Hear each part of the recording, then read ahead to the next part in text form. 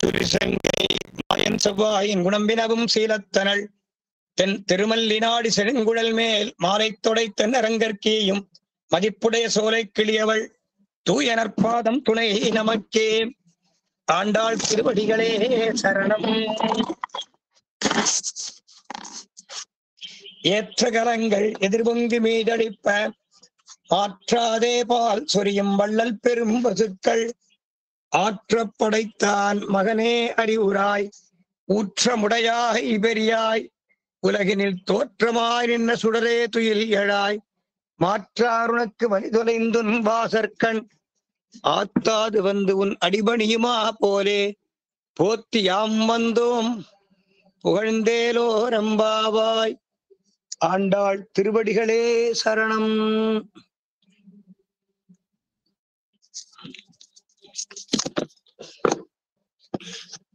ஜெகன்மாதாவான தாயாருடைய அனுகிரகத்தாலே நாம் அனுபவித்து பயன்பெற்று வருகிறதான இந்த திருப்பாவை வைபவத்திலே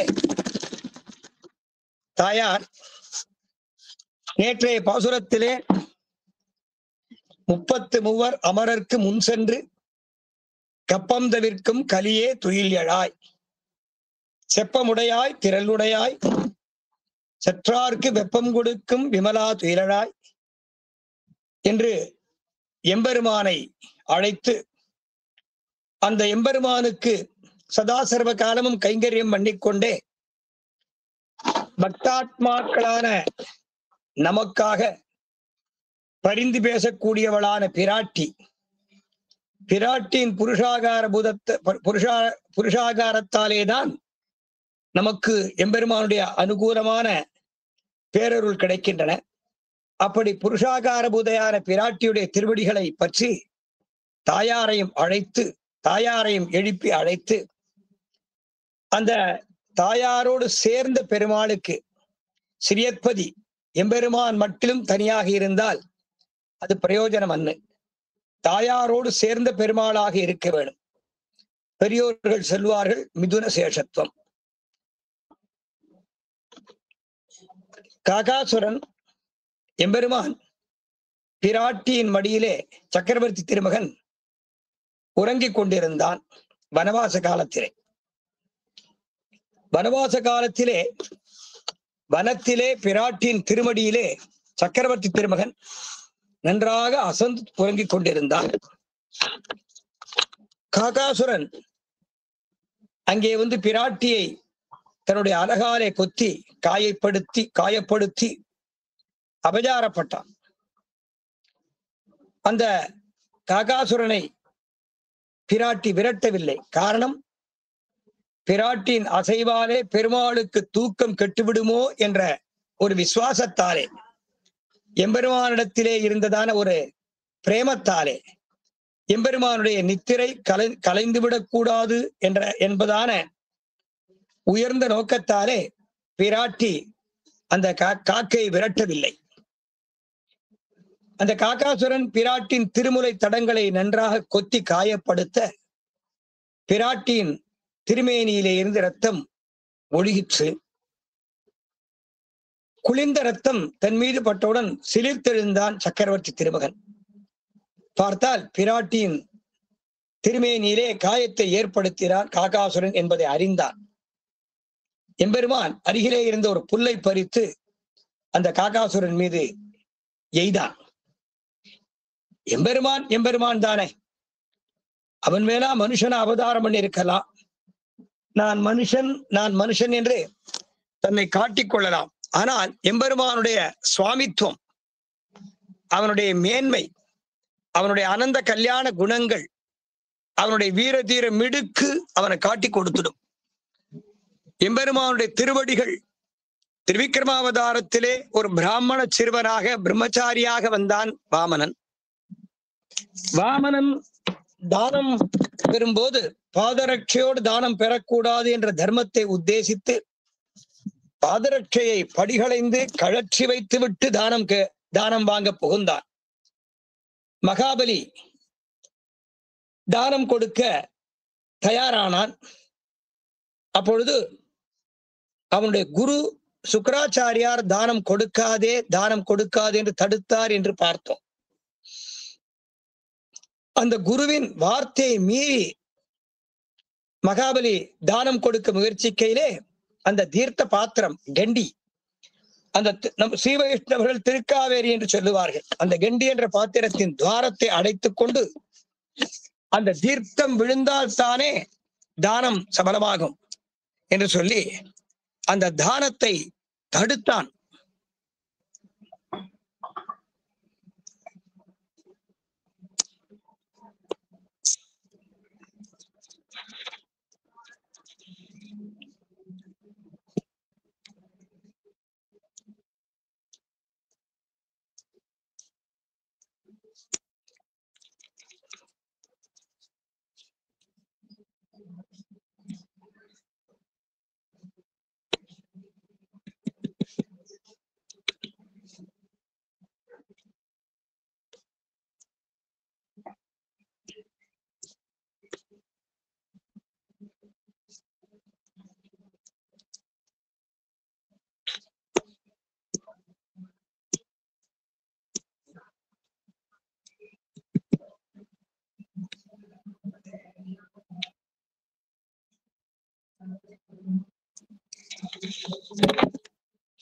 ஜெய் ஸ்ரீமன் நாராயணா, ஜெய் ஸ்ரீமன் நாராயணா.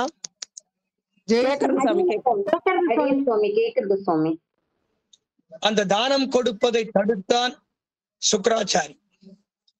அப்பொழுது வாமனனாக பிரம்மச்சாரியாக வந்த பெருமாள் தன் திருவிரலிலே அணிந்திருந்த பவித்திரத்தாலே அந்த கண்டியின் துவாரத்தை சோதிப்பதை போலே, அந்த அடைப்பை நீக்குவதை போலே அந்த பவித்திரத்தாலே அந்த துவாரத்திற்குள்ளே சோதிக்க பண்டாக அந்த துவாரத்தை அடைத்துக் கொண்டிருந்த சுக்கராச்சாரி கண்கட்டு போய் கீழே விழுந்தான் என்று பார்த்தோம். அப்படி கீழே விழுந்த அசுரகுருவின் பாதங்களானது பெருமாளை நோக்கி விழுந்தன. சிரசானது பெருமாள் படிகளைந்து வைத்த, பெருமாள் கழற்றி வைத்திருந்த பாதுகையை நோக்கி விழுந்தன. பாதுகைக்கு அருகிலே விழுந்த தலையை பார்த்து இவன் அபச்சாரப்பட்டு விழுந்தானே என்று அந்த பாதுகை நினைக்கவில்லையாம். தீர்க்க ஆயுஷ்மான் பவா, உனக்கு நான் ரட்சை தந்தேன் என்று பாதுகையை ரட்சித்ததாம். பாதுகைக்கு குணம் ரட்சிக்க கூடிய உயர்ந்த குணம். எம்பெருமான் பார்த்தான், ஏ பாதுகையே, அசுரகுருவான சுக்கராச்சாரியாருக்கு நீ ரட்சை வழங்கிய காரணத்தாலே கலியுகத்திலே உயர்ந்த குருவாக அவதாரம் பண்ணி பாமர பக்தாத்மாக்களுக்கும் நம்மை காட்டி கொடுப்பாயாக. பாவிகளை கூட ரட்சித்து அவர்கள் பாவங்களை போக்கி அவர்களை பரம பவித்திரவான்களாக்கி அவர்களுக்கும் நல்ல மார்க்கத்தை காட்டுவீராக என்று பெருமாள் அனுகிரகம் பண்ணினார். அந்த பாதுகைகளுக்கு பண்ண அனுகிரகம் தான் ராமானுஜாவதார்.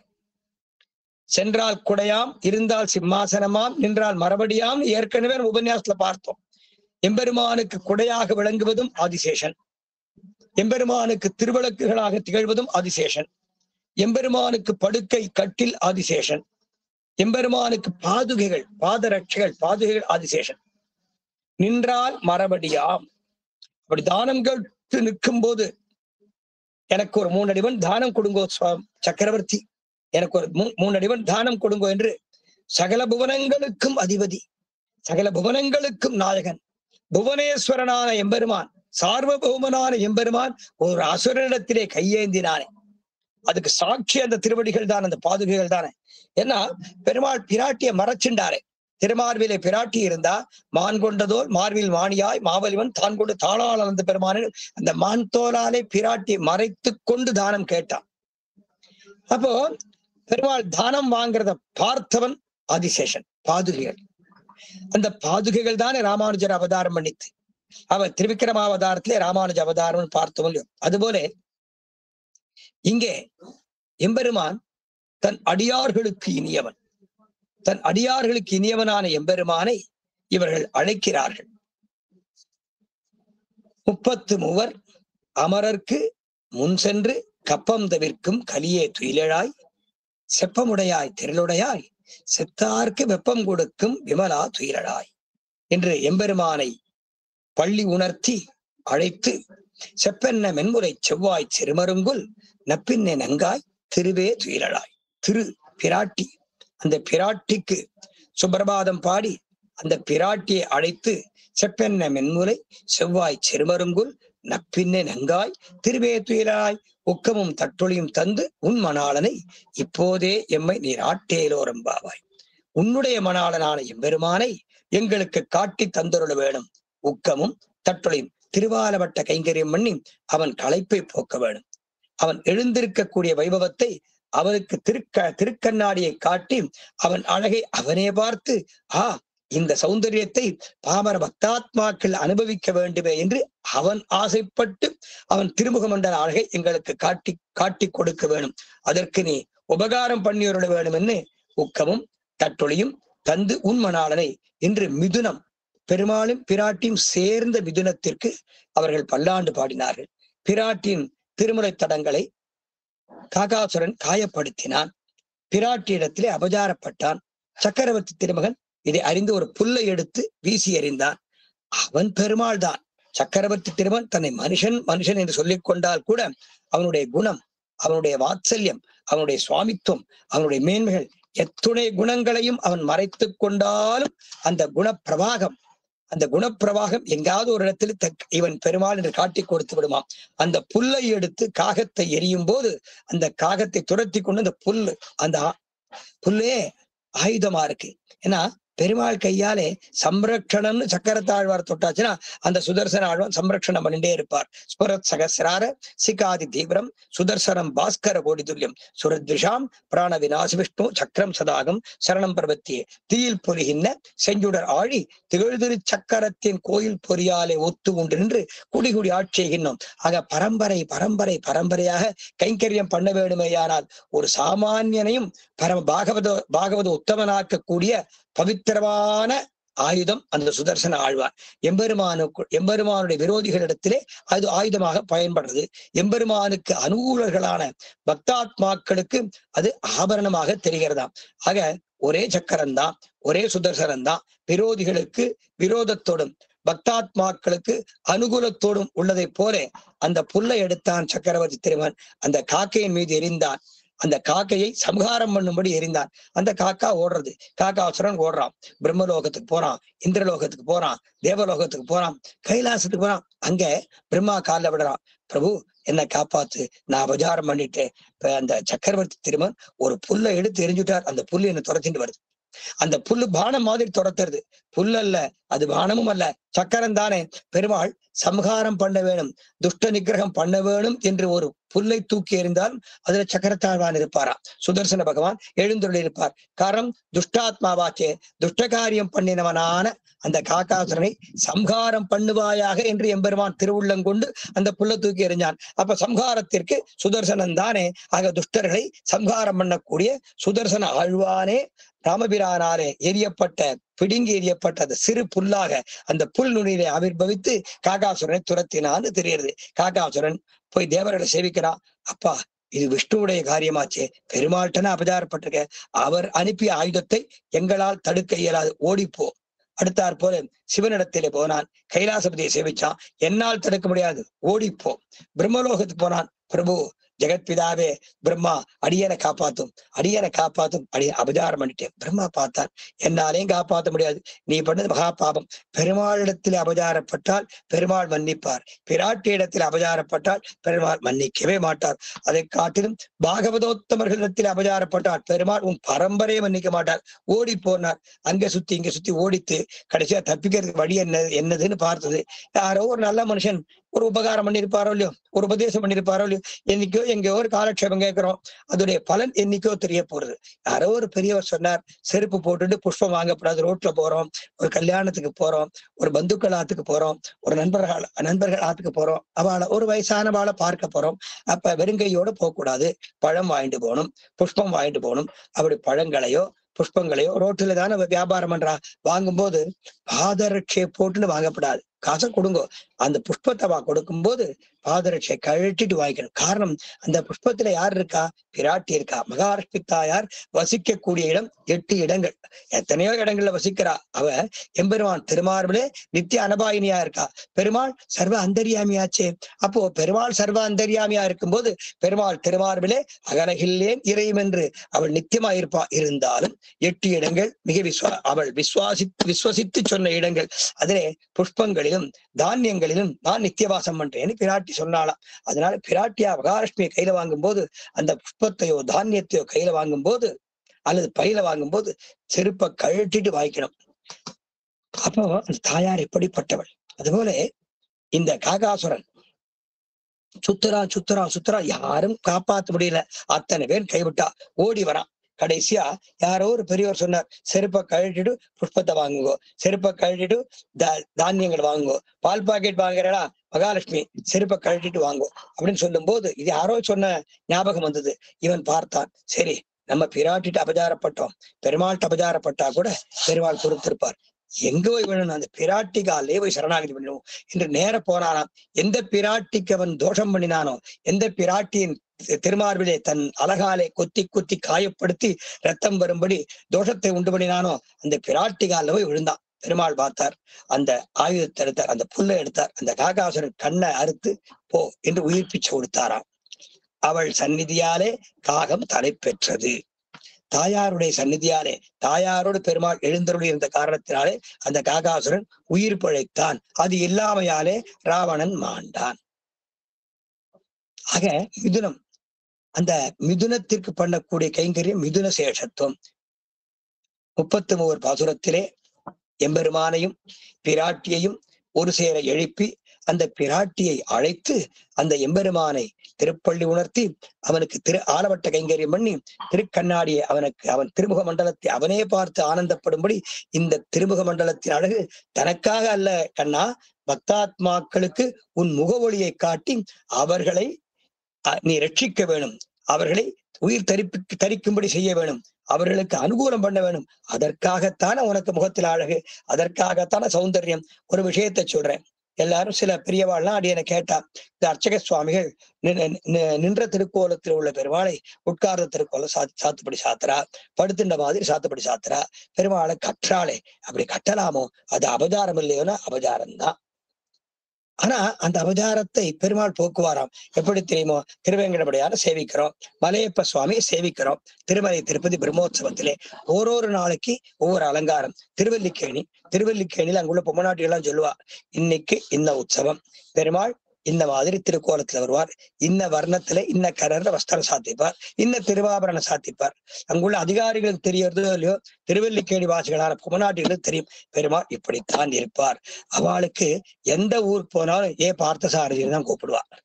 ஏம்மா உங்க பெருமாள் திருமுக மண்டலத்துல முகமே தெரியலே, எங்க பார்த்தாலும் பொந்து பள்ளமா இருக்கே, அது அழகுன்னு சொல்றேன்னா அதுதான் அழகு. பார்த்தசாரதிக்கு அதுதான் அழகு. அதுலயும் ஒரு ரகசியம் இருக்கு, அதை சொல்லிடுவோம். ஏன்னா சொல்லலைன்னா பக்தாத்மாக்கள் திருவல்லிக்கேணிக்காராளுக்கெல்லாம் மனசுல கொஞ்சம் அடியன் மேல கோபம் வரும். இப்படி புள்ளியா இருக்கே, அடியன் கேட்டேன், இப்படி புள்ளியா இருக்கே, ரங்கனுக்கும் இந்த 2 வாயும் ரொம்ப தேஞ்சு போச்சே, பிராச்சீனமான திருமேனியாச்சே, இன்னும் எத்தனையோ திவ்ய தேசங்கள்ல பெருமாள் மூக்கு மொழியுமா இருக்காரு, அந்த பெருமாளை விட இந்த பார்த்தசாரதிதான் அழகுன்னு சொல்றேளே அது எப்படி? ஒரு பெரியவர் சொன்னார், வாஸ்தவம் தான், தன் பிள்ளைதான் தன் தாயாருக்கு அழகு. சரி, அதை மாற்றுங்கிறது கிடையாது. சரி, பார்த்தசாரதிக்கு பிரத்யேகமா என்ன விசேஷம் அப்படின்னு கேட்டா ரொம்ப அழகான விஷயத்தை சொன்னார். ஒரு பெண் பிள்ளை சொன்னார், சுவாமி இங்க வாங்கோ, எங்களுக்கு எங்க பிள்ளைதான் அழகு.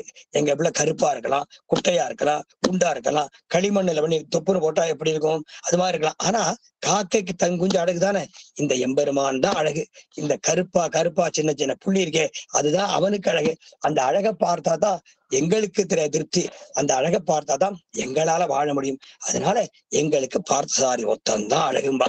மற்ற திவ்யதேச பெருமாளை பார்த்தா கூட என்ன பெருமாள் எங்க பார்சாரி போல உண்டா அப்படின்பா. திருவேங்கடமுடையார் பார்ப்பா, எங்க பார்சாரி போல இவ இல்லையும்பா. இன்னொரு பெருமாளை பார்ப்பா, எங்க பார்சாரி போல இல்லையும்பா. சரி, அது ஒரு பக்கம் இருக்கட்டும். பார்த்தசாரதிக்கு ஏன் இவ்வளவு காயம் திருமுக மண்டலத்துல? அது அடியேன் விண்ணப்பிக்கணுமோ இல்லையோ. குருட்சேத்திர யுத்தம் நடக்கிறது, கடுமையான யுத்தம் நடக்கிறது. துரியோதனன் அர்ஜுனனை காட்டிலும் வில்வித்தையில சிறந்தவன். அர்ஜுனனுக்கு அந்த தனுர்வித்தியில எவ்வளவு பாண்டித்யம் உண்டோ, எவ்வளவு நிபுணத்துவம் உண்டோ, அத்தனை நிபுணத்துவம் துரியோதனனுக்கு உண்டு. துரியோதனன் அர்ஜுனன் அம்பை எது கொல்ல பார்க்கிறான். அர்ஜுனன் நோக்கி குறி வைக்கிறான். அர்ஜுனன் ஹிருதயத்தை பார்க்கிறான், குறி வைக்கிறான். குறி தப்பாது. பெருமாள் பார்த்தார், அடாடா இந்த துரியோதனன் அர்ஜுனன் நெஞ்ச பார்த்து குறி வைக்கிறானே, அவன் விட்டான்னா அவன் அர்ஜுனன் நெஞ்சு புலந்துருமே, இவனை காப்பாத்துறமே, என்ன பண்றது யோசிச்சார். ஒரு க்ஷணம் யோசிக்கிறார். குறி தப்பாது, துரியோதனன் குறி தப்பாது. சரியா பார்த்து குறி வைக்கிறான். பொதுவா சொல்லுவா, கள்ளன் பெருசா காப்பான் பெருசான்னு. திருடனுக்கு தெரியும், ஓடுறதுக்கு தெரியும். ஓடுவான், சுவரேறி குதிப்பான், முள்மரத்தை தாவுவான். அவனை துரத்திட்டு வர போலீஸ்காரர் செவரை பார்த்து விக்கிச்சு நிற்பா. முள்வேலியை பார்த்தா பயப்படுவா. ஐயோ, அவன் ஷூ எல்லாம் போட்டு இருப்பா, இந்த முள்ளை எப்படி தாண்டது யோசிப்பா. அதுக்குள்ள திருடன் 10 கிலோமீட்டர் ஓடி போயிடுவான். அது மாதிரி இந்த துரியோதனுக்கு தெரியறது. பொல்லாதவனுக்கு பொல்லாத விஷயங்கள்லாம் நன்னா தெரியுமோ இல்லையோ, அந்த அர்ஜுனன் ஹிருதயத்தை பார்த்து குறி வச்சுட்டான். அடாடா குறி வச்சுட்டானே, இந்த குறி தப்பாதே, என்ன பண்றது, எப்படியாவது அர்ஜுனனை காப்பாத்தி ஆகணுமே. பெருமாள் யோசிச்சார். அப்படி அந்த குறி வச்சு அந்த ஹிருதயத்தை பாக்குறான். அர்ஜுனன் முகம் தெரியல, அர்ஜுனன் புஜம் தெரியல, அர்ஜுனன் வயிறு தெரியல. துரியோதனனுக்கு அர்ஜுனன் ஹிருதயம் மாத்திரம்தான் தெரியுது. இந்த அர்ஜுனன் நெஞ்ச புலந்துடுறேன் பார் அப்படின்னு குறி வைக்கிற. குறி தப்பாது, துரியோதனன் விட்ட குறி தப்பாது. இப்ப பொதுவா இப்ப திருவேங்கடமுடையான்னு நினைக்கிறோம். மலை அடிவாரத்திலிருந்து மேல போறோம்னு வச்சுக்கோம். அப்ப கீழே தெரியறது 2 பாத கமலங்கள் இருக்கும், அதை சேவிக்கிறோம். அங்கிருந்து மேல போறோம், வழிபாஷைக்காரர் இருப்பார், அவரை சேவிக்கிறோம். அங்கிருந்து மேல போறோம், பெரிய ஜீயர் சுவாமி மடம் இருக்கு, அங்கதான் சுவாமி எம்பெருமானார் எழுந்தருளியிருந்தார். எம்பெருமானார் தான் திருமலை திருப்பதிக்கு அத்தியட்சகர், திருமலை திருப்பதிக்கு தர்மகர்த்தா. அவருடைய பிரதிநிதி தான் திருமலை திருப்பதி பெரிய கேள்வியப்பன் ஜீயர் சுவாமி. அப்ப ராமானுஜனுடைய பிரதிநிதி. அப்ப திருவேங்கடமுடையானுக்கு தர்மகர்த்தா. திருவேங்கடமுடையானுடைய ஐஸ்வர்யத்திற்கும் கோவிந்தராஜ பெருமாள் ஐஸ்வர்யத்திற்கும் கடவரானவர் பெரிய ஜீயர் சுவாமின்னு தெரியுது. அப்போ இந்த பெரிய ஜீயர் சுவாமிக்கு இந்த பட்டம் எப்படி வந்தது? அப்படி அவருடைய பூர்வாச்சாரியர், அவருக்கு பூர்வாச்சாரியர் அப்ப எம்பெருமானார் தான் பிரதமாச்சாரியர் தெரியுது. ஆக ஒரு இடத்தை பார்த்தா அந்த இடத்துடைய முன்னாடி நடந்த கதையெல்லாம் ஞாபகத்துக்கு வருதோ இல்லையோ, அதுபோல திருவேங்கடமுடையான் சன்னதியை பிரதட்சணம் பண்றோம். இங்க வராக பெருமாள் இருக்கார். சின்ன வயசுல இந்த வராக பெருமாளை சேவிச்சுட்டுதான் நாங்க சன்னதிக்கு போவோம். அப்படி அந்த பிளாஷ்பேக்னு சொல்றாலும் அதெல்லாம் ஞாபகத்துக்கு வருது. அதுபோல துரியோதனனுக்கு பிளாஷ்பேக்கை கொடுத்தாரு பெருமாள். அந்த அர்ஜுனன் நெஞ்ச பார்த்து குறி வச்சான். அர்ஜுனன் முகம் தெரியல துரியோதனுக்கு அர்ஜுனன் புஜம் தெரியல, துரியோதனுக்கு அர்ஜுனன் வயிறு தெரியல, அந்த ஹிருதயம் மட்டும் தெரியுது. குறி வச்சு அந்த அம்ப வச்சுட்டான், அந்த நூலை இழுக்க போறான். அப்போ இந்த அர்ஜுனன் நெஞ்சில கிருஷ்ணனா இருக்கான்னு ஞாபகத்தை உண்டு பண்ணிட்டான் கண்ணன். ஏன்னா யாரு என்ன நினைக்க போறான்னு பகவான் ஒத்தனுக்கு தான் தெரியும். யார் என்ன நினைக்க போறோம் நினைக்கவனுக்கும் தெரியாது. எங்க போறோம் நமக்கே தெரியலையே. கால் நடந்து போறது, மனம் போன போக்குல போறோம், கால் போன போக்குல போறோம், எங்க போறோம்னு முடிவு பண்ண வேண்டியவன் எம்பெருமான் தானே. அப்போ அதுபோல அடாடா இந்த துரியோதனன் அர்ஜுனன் நெஞ்ச பார்த்து குறி வச்சுட்டானே, குறி தப்பாதே, எப்படி இவனை காப்பாத்துறது? உடனே பிளாஷ்பேக் ஓட விட்டார். இந்த அர்ஜுனன் நெஞ்சில என்ன இருக்குன்னு துரியோதனனுக்கு ஒரு ஆராய்ச்சி பண்ணக்கூடிய புத்தியை கொடுத்தார். ஒரு கண பொழுதுல இந்த அர்ஜுனன் நெஞ்சில கிருஷ்ணன் இருக்கான் என்று நினைச்சுட்டே விட்டான் அம்ப. அர்ஜுனன் நெஞ்சில கிருஷ்ணன் இருக்கான். அப்ப அந்த நூலை எடுக்கிறான், அம்பு புறப்படும் போது கிருஷ்ணன் இருக்காங்கிற நினைப்புலதான் விட்டான். அர்ஜுனன் மறந்து போச்சு, அர்ஜுனன் நெஞ்சு மறந்து போச்சு. அர்ஜுனன் நெஞ்சிலே அந்த கண்ணன் தானே இருக்கான், கண்ணன் இருக்கான்னு சொல்லிட்டு அம்ப விட்டான். அந்த அம்பு கண்ணன் நெத்தியில போய் பட்டுது. அப்போ பெருமாளை நினைச்சுட்டு எதை பண்ணாலும் பெருமாள் ஏத்துப்பார். உங்க ஆத்துல உங்க திருமாளிகையில யாரோ உங்களுக்கு புஷ்பம் தரா அல்லது பழம் தரான்னு வச்சுக்கோங்க. அந்த பழத்தை பெருமாளுக்கு நீங்க கண்டருள பண்ணலாமே. சன்னதி பெருமாள் சன்னதி திறக்க வேண்டாம். பெருமாள் சில கிரகங்கள்ல பெருமாள் தனியா ரூம் இருக்கும், அந்த அறையை திறந்து பெருமாள் திரையை திறந்து திருக்காப்பலிக்கு அபிஷேகம் பண்ண வேண்டாம். இருந்த இடத்திலேயே ஏ பிரபு, ஏ பார்த்த சாரதி, இந்த பழங்களை நீ அமுது செய்த அருள வேணும் என்று பெருமாளுக்கும் ஆழ்வார்களுக்கும் ஆச்சாரியர்களான எம்பெருமானார் மாமுனிகளுக்கும் அஸ்மத் ஆச்சாரியனுக்கும் அபிஷேகம் பண்ணி நீங்கள் பிரசாதமா எடுத்துக்கலாம். அதுதான் தத்துவம். கல்யாண ஆண்களுக்கு போறேன், புஷ்பம் தரா, அந்த புஷ்பத்தை உடனே தலையில வச்சுக்கப்படாது. எம்பெருமான் திருவடிகளில் சமர்ப்பித்து ஆச்சாரியனுக்கு சமர்ப்பித்து அது ஆச்சாரியன் அனுகிரகம் பண்ணின பிரசாதமா கண்ணில் ஒத்திண்டு ஒரு க்ஷணத்துல இவ்வளவு கற்பனை ஓடணும். அப்போ அதுபோல இந்த அர்ஜுனன் நெஞ்சிலே கண்ணன் இருக்கான்ங்கிற எண்ணத்தோட அம்ப விட்டான். அது கண்ணனை போய் அடிச்சது. அந்த கண்ணன் யாரு? பார்த்த சாரி தானே. ஆக தன் பக்தன் வாங்க வேண்டிய அடிய பூரா தான் வாங்கிட்டு தன் பக்தனை காப்பாத்தினானோ இல்லையோ. அப்ப அந்த பெருமாளுடைய தயாள குணம் எப்படிப்பட்ட குணம். பெருமாள் தியாகமே வடிவானவராச்சே. தன்னை தாழ்த்திண்டு தன் பக்தனை காப்பாத்தினார், தான் கஷ்டப்பட்டு தன் பக்தனை காப்பாத்தினார். அப்படி தியாகமே வடிவான ஒருவன் தான் வேதத்தை, வேதத்தின் சுவைப்பயனை விழுமிய முனிவர் விழுங்கும் கோதிலின் கனியை நந்தனார் களிற்றை குவலயத்தோர் தொழுதேத்தும் ஆதியை அமுதை என்னையாருடைய அப்பனை ஒப்பவரில்லா மாதர்கள் வாழும் மாடமாமயிலை திருவல்லிக்கேணி கண்டேனே. ஒப்பவரில்லா மாதர்கள், அந்த பெண்களுக்கு இணை அந்த பெண்கள் தான். காரணம் என்ன தெரியுமோ? எங்க பார்த்த சாரதி, எங்க பார்த்த சாரதி, எங்கே பார்த்த சாரதி இல்ல, எங்க பார்த்த சாரதி, எங்க பார்த்த சாரதி. அந்த பெண்கள் கூப்பிடுற இடத்துக்கெல்லாம் அந்த பார்த்த சாரதி ஓடுவான். இந்த பெருமாள் இன்னைக்கு இப்படித்தான் வஸ்திரம் சாத்திப்பார், இன்ன திருவாபரணம் தான் சாத்திப்பார் என்று அவ உறுதியிட்டு சொல்லுவாராம். அந்த அளவுக்கு பெருமாள்கிட்ட பிரேமம், பக்தி கிடையாது, பிரேமம். ஒரு தாயார் தன் குழந்தை இடத்துல எப்படி விசுவாசத்தோடு இருக்காளோ, தாய்ப்பாசத்தோடு இருக்காளோ, அதுபோல திருவல்லிக்கேணி பெண்கள் பிரத்யேகமாக பார்த்தசாரத்திலே அவ்வளவு பிரேமமா இருப்பாளாம். அதத்தான் ஒப்பவரில்லா மாதர்கள் வாழும் மாடமாமயிலை திருவல்லிக்கேணி, யாரும் அவளுக்கு நிகர் கிடையாதாம். அப்படி தாயாரை போன்ற விசுவாசம் உடையவர்களான திருவல்லிக்கேணியைச் சேர்ந்த ஸ்திரீகள் அந்த ஆண்டாள் கோஷ்டியில் திருவடிகளுக்கு பல்லாண்டு பாடி இந்த பாசுரத்தை நம்ம தொடரலாம். அப்படிப்பட்ட குணம் உடையவளான பிராட்டி. பெருமாள் எதற்காக அழகா இருக்காரு தெரிஞ்சுதா? எதற்கு பார்சாரி இவ்வளவு அழகா இருக்கானே எதற்காக? தன் பக்தர்களை மயக்கிறதுக்காக. ரங்கநாதன் இருக்கான ஸ்ரீரங்கத்துக்காரா இருப்பா. எங்கரங்கன் எங்கரங்கன் எங்கரங்கன்பா. அந்த ரங்கனை தவிர அவளுக்கு வேற ஒண்ணும் தெரியாது. எந்த ஊருக்கு போனாலும் சரி.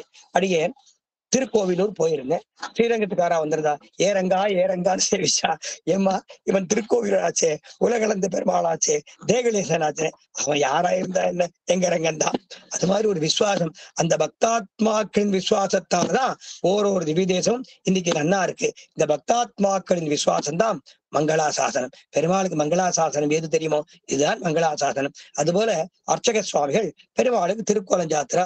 ஒரு பெரியவர் கேட்டார், கயிறை வச்சு கட்டுறாளே, கம்ப வச்சு கட்டுறாளே, அது அபச்சாரம், அடியேன்னு சொல்லப்படாதுதான், தப்புத்தான். இருந்தாலும் பக்தாள் பல பேருடைய சந்தேகம் தவிர்க்கணுமோ இல்லையோ. அப்படி அலங்காரம் பண்ணும் போது அவர்களுக்கு அபச்சாரம் ஏற்படுறது. ஆனா பெருமாள் சர்வ அலங்கார பூஷிதனாக நின்னது பெருமாளை அழகா உட்கார வச்சு ராஜா மாதிரி ஆக்கி சதுர்புஜங்கள், சங்கு சக்கரங்கள், அபயவரதம் இப்படி விதவிதமா அலங்காரம் பண்ணது பக்தாள் சேவிக்கிறா. அடா அடாடா, ராமாவதாரத்தை நாங்க சேவிச்சதே இல்லையே. ராமன் காலத்துல சக்கரவர்த்தி திருமகன் அவதாரம் பண்ணின காலத்துல நாங்கள் பிறக்கலையே, இன்னைக்கு அந்த சக்கரவர்த்தி திருமகனையே சேவிச்சோங்கிறாள் இல்லையோ. அப்படி பக்தர்கள் அந்த பெருமாளுடைய அழகை பார்த்து அனுபவித்து ஆனந்தம் கொள்ளும் போது இந்த அர்ச்சக சுவாமி கற்றா பாருங்க, அந்த பாபம் பூரா போயிடும். ஏன்னா பெருமாள் விரும்புறார். பலபலவே ஆபரணம் பேரும் பலபலவே பலபலவே சோதி வடிவு பண்பண்ணில் பலபல கண்டு உண்டு கேட்டு உத்து மோந்தின்பம் பலபலவே ஞானமும் பாம்பனை மேலாக்க யார் எப்படி வழிபடுறாளோ வழிபடட்டுமே. இன்னைக்கு நின்ற பெருமாள் சயன திருக்கோலத்தை சேவிக்கணுங்கிறா. பெருமாள் சர்வ சுலபன். அர்ச்சாவதாரமூர்த்தி எதற்காக வந்திருக்கான்? சுவர்மிசை சாத்தியும் வைத்தும் தொழுவர். நமக்காகத்தானே அர்ச்சாமூர்த்தி. பெருமாளுக்காக நாமா? நமக்காக பெருமாளானா? நமக்காகத்தான் பெருமாள். இன்னைக்கு இந்த பெருமாளை ராமனா சேவிக்கணுமா? அர்ச்சக சுவாமி இன்னைக்கு ராமாவதாரமா திருக்கோலம் பண்ணுங்க, திருக்கோலம் சாத்துங்க, சரிங்கிறார். அப்போ அது பாபம் கிடையாது, அபச்சாரம் கிடையாது, அது உபச்சாரமானது, அது உபச்சாரமானது. மேலும் சொல்ல போனா அர்ச்சக சுவாமிகள் பெருமாளுக்கு தாயார் மாதிரி காலம்பர சுப்பிரபாதம் பண்றா, திருப்பள்ளி எழுச்சி பாடுறா.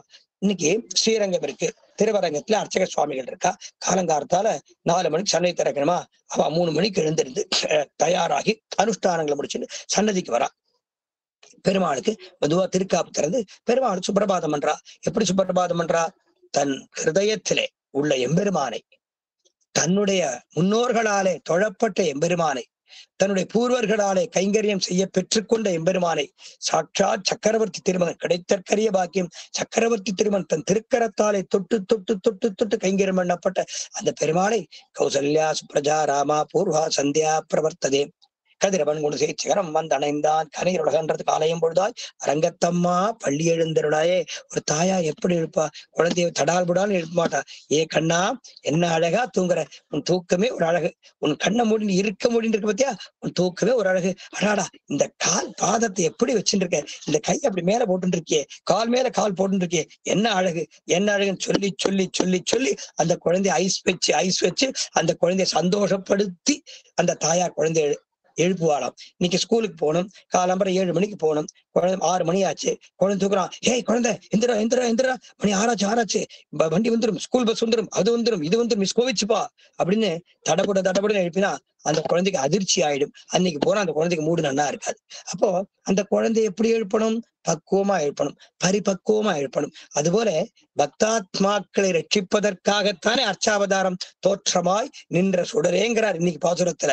ஏற்ற கலங்கள் எதிர்வங்கி மீதளிப்ப மாற்றாதே பால் சொரியும் வள்ளல் பெரும்பசுக்கள் ஆற்றப்படைத்தான் மகனே அறிவுராய் ஊற்றமுடையாய் உலகினில் தோற்றமாய் நின்ற சுடரே அர்ச்சாமூர்த்தியைத்தான் பாடுறார் தாயார். ஆக ஓரோரு திவிதேசங்களிலேயும் பெருமாள் அந்தந்த திவிதேசத்திலே யார் யாருக்கு எப்படி வேணும்னு காட்சி கொடுத்தார். திருக்கோஷ்டியூர்ல கதம்ப மகரிஷிக்கு பெருமாள் சேவை சாதிச்சார், திருவரங்கத்திலே தர்மவர்மாவுக்கு சேவை சாதிச்சார், திருக்கோவிலூர்ல மிருகண்டு முனிவருக்கு சேவை சாதிச்சார், திருமாலிரும் சோலையில மலையத்வஜ பாண்டியனுக்கும் யம தர்மராஜருக்கும் சேவை சாதிச்சார். இப்படி ஓரோரு திவ்யதேசத்திலும் பெருமாள் யார் யாருக்கும் சேவை சாதிச்சார். அவ எப்படி கேட்டுண்டாலோ அப்படித்தானே சேவை சாதிச்சார். பிரபு தேவரில் சயனம் பண்ணி கொள்ள வேண்டும், உண்மை சயனத்திற்கு ஓரத்தை சேவிக்கணும். உடனே பெருமாள் படுத்துன்றார். கீழே பாய் இருக்கா, தலகாணி இருக்கா, திண்டு இருக்கா, அதெல்லாம் பார்க்க மாட்டார். இந்த பக்தன் சொல்லிட்டா படுத்துக்கோ, பெருமாளே தேவரீர் அமர்ந்த திருக்கோலத்திலே உம்ம சேவிக்கணும்னு ஆசைப்படுறேன். அப்படியா, சேர் போட்டிருக்காளா, சேர்ல வஸ்திரம் போட்டிருக்காளா, அதெல்லாம் பார்க்க மாட்டான். ஒரு பாறையா உட்கார்ந்துருவான்.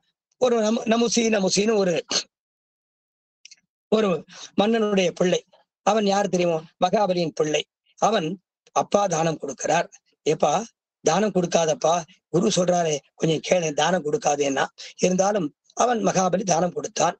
தானம் கொடுக்கும்போது சரி 3 அடி வந்தானே, போறான், உள்ள உருவம் தானே, என்னை விட குட்டையா இருக்கான் அந்த பிராமணன், போறான். அவன் ஜாஸ்தியாவா கேட்டுட்டான்.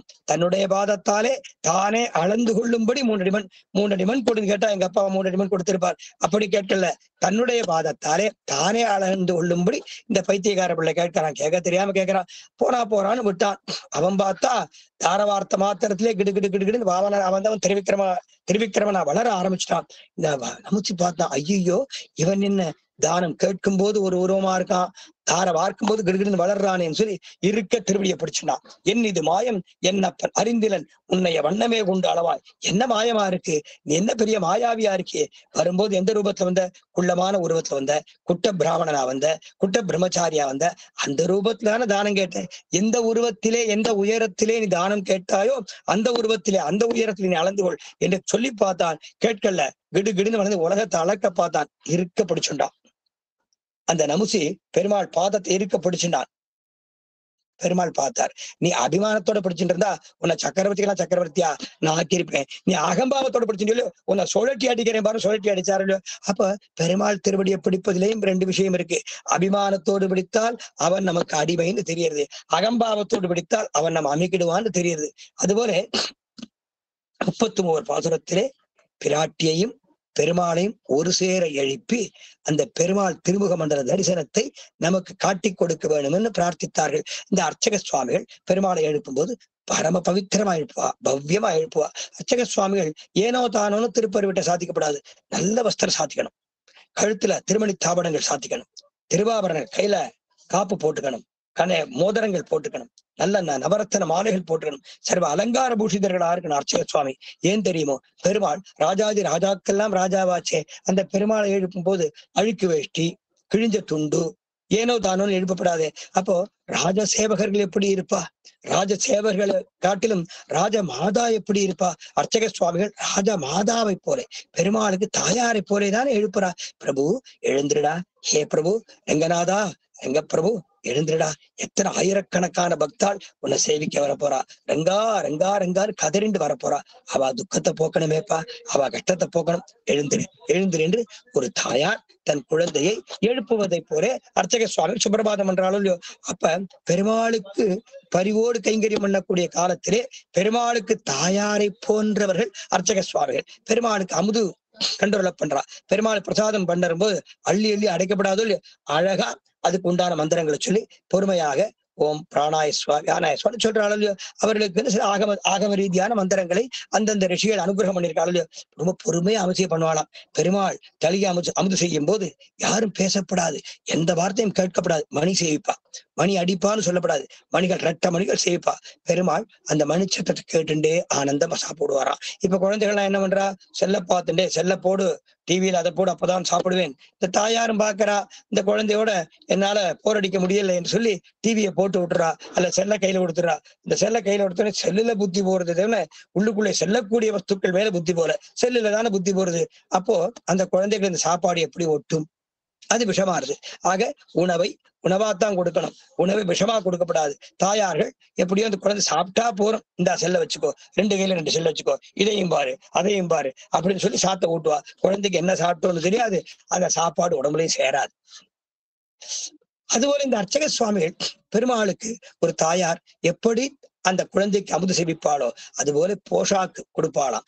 அப்போ பெருமாளுக்கு அர்ச்சக சுவாமிகள் தாயார் ஸ்தானம்னு தெரியுது. சரி, சில திவ்ய தேசங்கள்ல ராத்திரி சயனம் பண்ணும்போது பெருமாள் திருவடியை பிடிச்சுடுவா. பெருமாள் சொல்லி அர்ச்சக சுவாமி பெருமாள் திருவடியை பிடிச்சிடுவார், திருமஞ்சனம் பண்ணுவார், திருவடியை பிடிச்சிடுவார், திருத்தோள்களை பிடிச்சு விடுவார். அவரை அர்ச்சாமூர்த்தியாச்சே, விக்கிரகம் தானேன்னு பார்க்கல, அவரை விபவாவதாரம் பிரத்யட்சமாக அழகன் எழுந்தருடைய இருக்கான். சுந்தர பகவான் அழகன் எழுந்தருடைய இருக்கான். திருவடியை மெதுவா பிடிச்சிடுவார். பிடிச்சு விடும்போது அவர் முகத்தை தான் பார்க்கணும், பெருமாளை பார்க்கப்படாது. அர்ச்சக சுவாமி முகத்தை சேவிக்கணும். ஏன் தெரியுமோ? பிடிச்சு விடும்போது இவர் போலியா கைங்கரியம் பண்றாரா, இந்த கூட்டத்துக்கு நடிக்கிறாரான்னு கண்டுபிடிச்சிடலாம். பிடிச்சு விடும்போது பெருமாளத்தோட அந்த அர்ச்சக சுவாமி யாரையும் பார்க்க மாட்டார், பின்ன பார்க்க மாட்டார், முன்ன பார்க்க மாட்டார். அந்த கண்கள்ல தெரியும் அந்த கருணை, அந்த கண்களில் அந்த கருணை தெரியும். ஒரு பத்தினியானவள் தன் புருஷனுக்கு, தன் கணவனுக்கு திருமேனியை பிடித்து விட்டு கைங்கரியம் பண்ணுவதை போல அந்த அர்ச்சக சுவாமி பொறுமையா பிடிப்பார். பொறுமையா அந்த முகத்தை பார்த்தா அந்த முகத்திலே கள்ளம் கபடம் இல்லாமல் ஒரு பத்தினி ஆசையோடு, காதலோடு, பிரியத்தோடு, பரிவோடு, பணிவோடு தன் பர்த்தாவுக்கு திருவடியை பிடிச்சு விடுவாளோ இல்லையோ, அதுபோல திருமாலிருஞ்சோலை அர்ச்சக சுவாமிகள் திருக்கரங்களை பிடிச்சு விடுவா, திருவடியை பிடிச்சு விடுவா. அதுக்கப்புறம் தான் அப்பாடான்னு சொல்லி அவரை பார்த்து சேவிப்பா. சேவிக்கிறவருக்கு பின்னாடி யார் வந்திருக்கா, மந்திரி வந்திருக்கானா, ராஜா வந்திருக்கானா, அவன் பாக்குறானா, இவன் அதெல்லாம் அவளுக்கு தெரியவே தெரியாது. அந்தரங்கத்திலே ஒரு பத்தினி தன் புருஷனுக்கு எப்படி பணிபடி செய்வாளோ அதுபோல கைங்கரியம் பண்ணுவாளாம். வேற எந்த எண்ணமும் தோணாது. அது காரணம் என்ன? பரம்பரை. தந்தை மூத்தப்பன் 7 படிகால் தொடங்கி வந்து வழி ஆட்சிகின்றோம் என்று பரம்பரையாக வந்த அந்த சுதந்திரமான சொத்து, அந்த பரிவு. அப்போ ஒரு காலத்திலே இந்த அர்ச்சக சுவாமி ஒரு காலத்திலே தாயாரா இருந்து கைங்கரியம் பண்றார், ஒரு வேளையிலே பத்தினியா இருந்து கைங்கரியம் பண்றார், ஒரு வேளையிலே சகாவார்கள் பெருமாளுக்கு அலங்காரம் பண்ணுவா. தள்ளி நின்று பார்ப்பா, இது நல்லா இருக்கு, இதை சாத்து, அது நல்லா இருக்கு, இதை சாத்து. கண்ணா, இந்த வஸ்திரம் உனக்கு அழகா இல்லை, இதை சாத்திக்கோன்னு ஒரு இடையன் என்ன பண்ணானா, தான் உடுத்தின்ற வஸ்திரத்தை பெருமாள்கிட்ட கொடுத்தானா. அப்படியா கொண்டான்னு பெருமாள் போட்டுண்டானா. ஆக உடுத்து கலைந்தனின் பீதகவாடை உடுத்து கலத்ததுண்டு, தொடுத்த துழாய்மலர் சூடி கலைஞர் சுடுமி தொண்டர்களும். அது நமக்குத்தான், இடையனுக்கு கிடையாது. அவன் போட்டுண்ட மாலையை கண்ணனுக்கு போட்டான், ஏத்துண்டானோ இல்லையோ. காரணம், பற்றுடை அடியவர் கிளியவன், பக்தியிலே விஞ்சியவர்கள் யாதவர்கள். அதனால யாதவர்கள் போட்டு கலைந்த வஸ்திரத்தை பெருமாள் தான் போட்டுண்டானா. ஒரு இடைச்சி கண்ணனை துரத்தினா, அடிக்க பாஞ்சா, ஏன்னா இவன் வெண்ணெய் திருடினா, நெய் திருடினா, அந்த வீட்டுல நெய்ப்பானை போட்டு உடச்சி துவம்சம் பண்ணான். அந்த இடைச்சி வந்து பாக்குறா, வீடு எப்படி சுத்தம் பண்றது, வெண்ணெய் போயிடுத்தே, நெய் போயிடுத்தே, பால் போயிடுத்தே, இவ்வளவு லட்சக்கணக்கான வஸ்துக்கள் நஷ்டமாயிடுத்தேன்னு தோணலாம். இப்படி உடைச்சு போட்டுட்டு போயிட்டாரே, இது எப்படி சுத்தம் பண்றதுன்னு அந்த இடைச்சிக்கு ரொம்ப மனசு கஷ்டமா போயிடுதான். எப்படி சுத்தம் பண்ணா, இதை யாரு பண்ணியிருப்பான்னு பார்த்தா, அந்த வெண்ணெயிலையும் நெய்யிலையும் பால்லையும் ஒரு பாதம் தெரியுது. அந்த பாதம் பதிஞ்ச அந்த பாதம் பதிஞ்ச இடத்த தொடர்ந்து போறா. அந்த காலடி சுவடத்தை தொடர்ந்து போயிட்டே இருக்காளாம். அந்த பாத அடிச்சுவடுகளை தொடர்ந்து போகும்போது யசோத வீட்டுக்குள்ள போயிடுது. அடாடா, வந்தவன் திருடன் இந்த கண்ணன் தாண்டா திருடி இருக்கான், யசோத பிள்ளை தாண்டா திருடி இருக்கான். இந்த யசோத பிள்ளைதான் இந்த 10 நெய்ய உடைச்சிருக்கான், இந்த யசோத பிள்ளைதான் 10 பாறை உடைச்சிருக்கான், இந்த யசோத பிள்ளைதான் இந்த வெண்ணப்பானை உடைச்சிருக்கான். இத்தனையும் திருடி தின்றுருக்கான். நன்னா தெரியுது, இவன் தான் தின்றுருக்கான், நன்னா தெரியுது. ஆக இவனுடைய பாதச்சுவடை வச்சுட்டு காலடி தடத்தை எடுத்துட்டு மோப்பம் பிடிச்சு அது எங்க போறதுன்னு பார்த்தா யசோத வீட்டுக்குள்ள போயிடுச்சு. யசோத வீட்டுக்குள்ள மட்டுமா போயிட்டு உள்ள போய் கண்ணனுடைய சயனக்கட்டில் வரைக்கும் போயிடுச்சு. இந்த அம்மா வர கம்பெடுத்துன்றா, யசோதா, இது ஒரு பிள்ளையா, நீ ஒரு மனுஷியா, நீ ஒரு பொம்பளையா, இப்படியா பிள்ளை வளர்ப்ப, இப்படி ஒரு திருட்டு பிள்ளைய பெற்றிருக்கியேன்னு ஒரு 100 பேர் 50 பேருக்கு நேர யசோதையை திட்டிவிட்டா. யசோதைக்கு அவமானமா போச்சு. வாமா, என்ன சொல்ற, என் பிள்ளை எதுக்கு திருடணும், என் பிள்ளை எப்படி அயோக்கியனாவான், என் பிள்ளை யோக்கியனாச்சே என்று தன் பிள்ளை அயோக்கியனா இருந்தா கூட பெத்த தாயார் மத்த சண்டைக்கு போயிடுவான். தன் பிள்ளை பண்ணின தீங்கை தாயார் மறைப்பாளோ. இவள் பிள்ளை எப்படிப்பட்ட பிள்ளை? ஊருக்கே ஒரு பிள்ளையாச்சு. யசோதை கோபம் வந்தது. இங்க வா, காலம்பர எழுப்பினேன், என் குழந்தை எழுப்பினேன். எப்படி எழுப்பினேன் தெரியுமோ? என் கண்ணா எழுந்துடா, உன் பாதம் எவ்வளவு அழகா இருக்கு, மென்மையா இருக்கு, தாமரை மலரை போல மென்மையா இருக்கு. பாதத்தை வருடி விடுவேன். அந்த வருடி விடும்போது இன்னும் கொஞ்சம் தூக்கம் வரும். அந்த முழங்கால பிடிச்சு விடுவேன், இடுப்பை பிடிச்சு விடுவேன், புஜத்தை பிடிச்ச தலையை அப்படி கோதி விடுவேன். தலையை கோத கோத அப்படி தூக்கம் வந்துடும். அப்படி தலையை கோதி பாருங்கோ, அப்படி தூக்கம் வந்துடும். காதுகளை பிடிச்சு அப்படி தேய்ச்சி விடுவேன். சொல்லி சொல்லி அந்த கண்ணனை மெதுவா அவனுக்கு அவன் திருமேனிக்கும் சுககரமாக சில கைங்கரியங்களை பண்ணி அவனை எழுப்பினேன். எழுப்பி பல் தேய்ச்சி விட்டு குளிச்சு விட்டு அவனுக்கு பட்டு வஸ்திரங்கள் உடுத்தி ஆபரணங்கள் சாத்தி அவனுக்கு அமுது ஊட்டினேன். தூக்கம் வந்துடுத்து. திருப்பி படுத்துட்டான். தலையில வச்ச புஷ்பம் மாறல, இந்த தோல்ல போட்ட மாலை மாறல. உன் வீட்டுல வந்து என் பையன் நெய்ய திருடினாங்களே, என் குழந்தை கையப்பார், இந்த கையை தூக்கா, கையை அப்படி தூங்குறது, கையை கீழே கொண்டு தூங்குறது. அந்த கையை தூக்காரு. கையில எங்கேயா நெய் பசை ஒட்டியிருக்கா, எண்ணெய் பசை ஒட்டியிருக்கா? சரி, நெய் திருடினாங்கிறியோ இல்லையோ, பல குடம் நெய்யை உடைச்சு விட்டான், பல குடம் வெண்ணப்பானை உடைச்சாங்கிறியோ இல்லையோ, இந்த காலம்பர சாத்தி விட்ட வஸ்திரம், உடுத்தி விட்ட பட்டு அப்படியே இருக்கு. ஒரு துளி பொட்டு நெய்யாவது பட்டுல பட்டிருக்கா, இடுப்புல பட்டிருக்கா, வஸ்திரத்துல பட்டிருக்கா, அந்த திருமேனியில பட்டிருக்கா? ஒரு மாலை சாத்தினேன், அந்த மாலை கூட வாடல. அப்படியே கூட சாப்பிட்டபடியே தூளில போட்டேன், தொட்டில போட்டேன். அவன் எப்படி சாப்பிட்டானோ, சாப்பிட்டோன்னே அசந்துட்டான். அப்படியே தொட்டில போட்டேன், அசங்காம தூங்குறான். என் பிள்ளைய பார்த்து திருடன் சொல்றேன், இதை விட நீ அக்கிரமக்காரிங்கிறது என்ன சாட்சி என்று பல பேர் முன்னிலையில் குற்றம் சொல்ல வந்த அந்த இறைச்சியை யசோதை அடிக்கலே தவிர திட்டி அனுப்பிச்சிட்டா. இவளுக்கு கேவலமா போச்சு. வீட்டுக்கு போறான். கோபம் வருது. 10 பேருக்கு நேரம் பேசிட்டாலே. தயிர் போயிட்டு பானை போயிடுத்து போயிட்டு போறது, வெண்ணெய் போயிடுத்து போயிட்டு போறது, நெய் போயிடுத்து போயிட்டு போறது, பானையை உடைச்சான், பானை போயிட்டு போறது. இடுப்போடி சுத்தம் பண்ணி வீட்டை பூரா மொழிகி கிழி சுத்தம் பண்ணிருக்கேன். காலை வச்சா வெளுக்கிறது, அவ்வளவு சுத்தம் பண்ணி எடுத்து வச்சிருக்கேன்.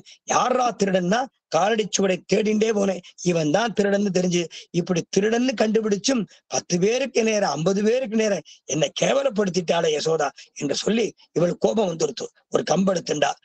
அவ வீட்டு கதவுக்கு பின்னாடி ஒளிஞ்சிட்டா. கண்ணன் வருவான், கண்ணன் வருவான், கண்ணன் வருவான், அவனை அடிச்சு போடுறேன், கண்ணன் வருவான், அவனை கட்டி போட்டுறேன்னு கருவம் கட்டிகிட்டே இருக்கா. கண்ணன் வருவான், அவனை பிடிச்சு போடுறேன், கண்ணன் வருவான், அவனை அடிச்சு போடுறேன், கண்ணன் வருவான், அவனை பிடிச்சு போடுறேன். இப்படியே சொல்லியிருக்கு. இதான் தாரக மந்திரம்.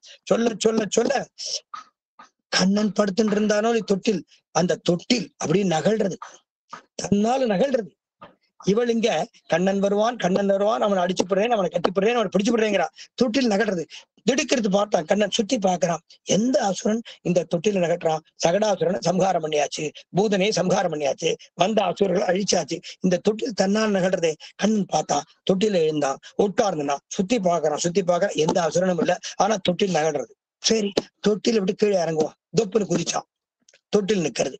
கண்ணன் நகழ்றான். யாரோ பிடிச்சு இழுக்கிற மாதிரி இருக்கு. தர தர தரன்னு தேர் பிடிச்சு இழுப்பாளோ இல்லையோ, தேரை பிடிச்சு ஸ்ரீவில்லிபுத்தூர் தேர் வரும்போது அழகே அழகே அப்படி பிடிச்சிருக்கும், இப்படி ஆடி ஆடி வரும் இல்லையோ, அது மாதிரி யாரும் பிடிச்சு இழுக்கிறது மாதிரி இருக்கு. இவன் தன் பலங்கொண்ட மட்டும் தன்னை நிறுத்தி பார்க்கிறான். 2 பாதங்களையும் பூமியில இருக்க ஊனிட்டு பக்கத்துல உள்ள திண்டை பிடிச்சு நிற்கிறான். கண்ணனால நிற்க முடியல. ஏதோ ஒரு சக்தி இழுக்கிறது. சரி, ஏதோ ஒரு சக்தி இழுக்கிறது, என்னதான் பண்ணுறதுன்னு போய் பார்த்துருவோம். எப்படிப்பட்ட சக்தியா இருந்தா தான் என்ன, நான் ஒரு கை பார்த்துக்கிறேங்கிறான். இந்த கண்ணன் வருவான், கண்ணன் வருவான், அவனை பிடிச்சு போடுறேன்னு கருவின் இருக்கா பாருங்க. மனசுல சொல்றாளோ இல்லையோ, கண்ணன் வருவான், அவனை பிடிச்சு போடுறேன், கண்ணன் வருவான், அவனை அடிச்சு போடுறேன், கண்ணன் வருவான், அவனை கட்டி போடுறேன் பா என்று மனதாலே சொன்ன இடைச்சியின் எண்ணமானது அந்த வார்த்தையே மந்திரமாச்சு. அதுவே தியானமாயிடுத்து. பரபிரம்மத்தை தர தர தர தர தரன்னு பிடிச்சு இழுத்துன்னு வந்து கதவு கிட்ட பாட்டிடுத்து. ஆக எந்த மந்திரம் அஸ்மின் கும்பே ஸ்ரீ லட்சுமி நாராயணன் தியாயாமி ஆவாகியாமின் மந்திரம் சொல்லி முத்திர சொல்லி எல்லாம் பண்ணுவாள். அதெல்லாம் பண்ண தேவையில்லை. கண்ணன் வருவான், அவனை பிடிச்சு போடுறேன், கண்ணன் வருவான், அவனை அடிச்சு போடுறேன், கண்ணன் வருவான், அவனை கட்டி போடுறேன். சொன்னவள் யாரு? இடைச்சி. சொன்ன மந்திரம் என்ன? கண்ணன் வருவான். என்ன பண்ண போறா? பூஜையா பண்ண போறா, மாலையா சத்த போறா, அடிக்க போறா, கட்ட போறா. ஆக இவனுக்கு விழப்போறது. இதையே மந்திரமாக, இதையே உபசாரமாக, இதே உபகாரமாக பெருமாள் ஏத்துண்டு தர தரன்னு பெருமாள் வரல.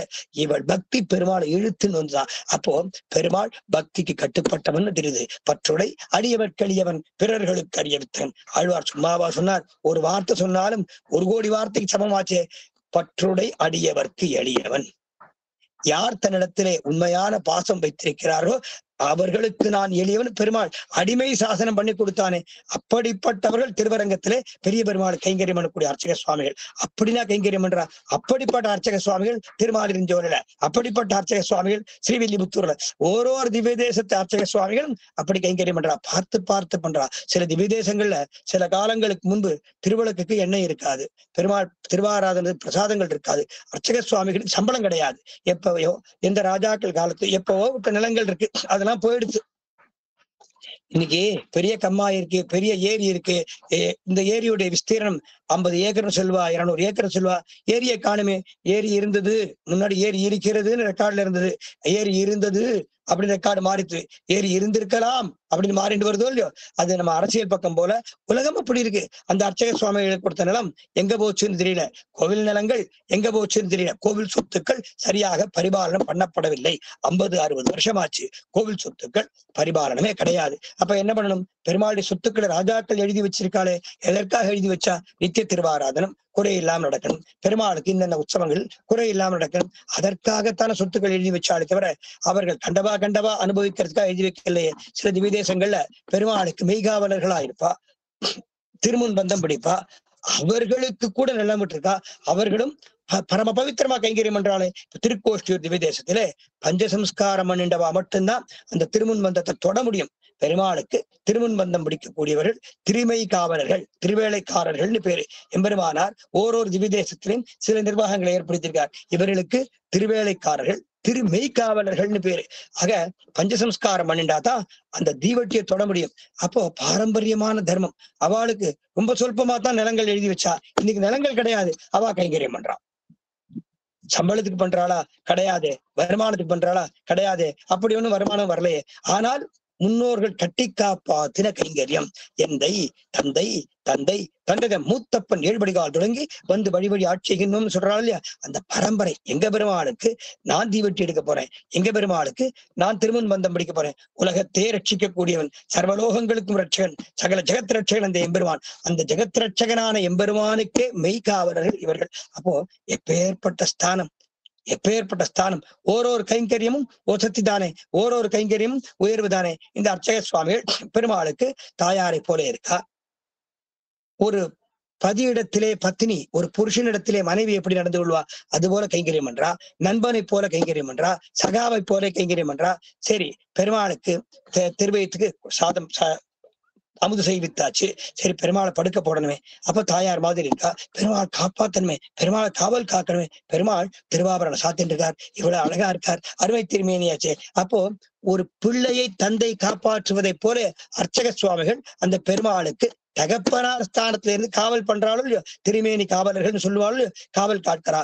ஆக பெருமாளுக்கு சகல விதமான கைங்கரியங்களை பண்ணக்கூடியவர்கள் இந்த அர்ச்சக சுவாமிகள். அதனாலதான் ஓரோரு திவ்யதேசத்து எம்பெருமானும் எம்பெருமானாரிடத்திலே பேசும்போது அர்ச்சகர் மூலமா பேசினான். என் மாமுனிகள் இடத்திலே பேசும்போது அர்ச்சக முகேன, அதுபோல ராஜாக்கள் இடத்திலே பெருமாள் பேசும்போது அர்ச்சக முகேன எம்பெருமான் அர்ச்சகர் மேலே ஆவேசித்து அர்ச்சகர் முகேன பெருமாள் பதில் சொன்னார். பெருமாள் இதை செய்ய சொன்னார். ஆக எல்லா திவ்யதேசத்து எம்பெருமான் அர்ச்சாமூர்த்திகளும் அர்ச்சகர் மூலம்தான் பேசினார்.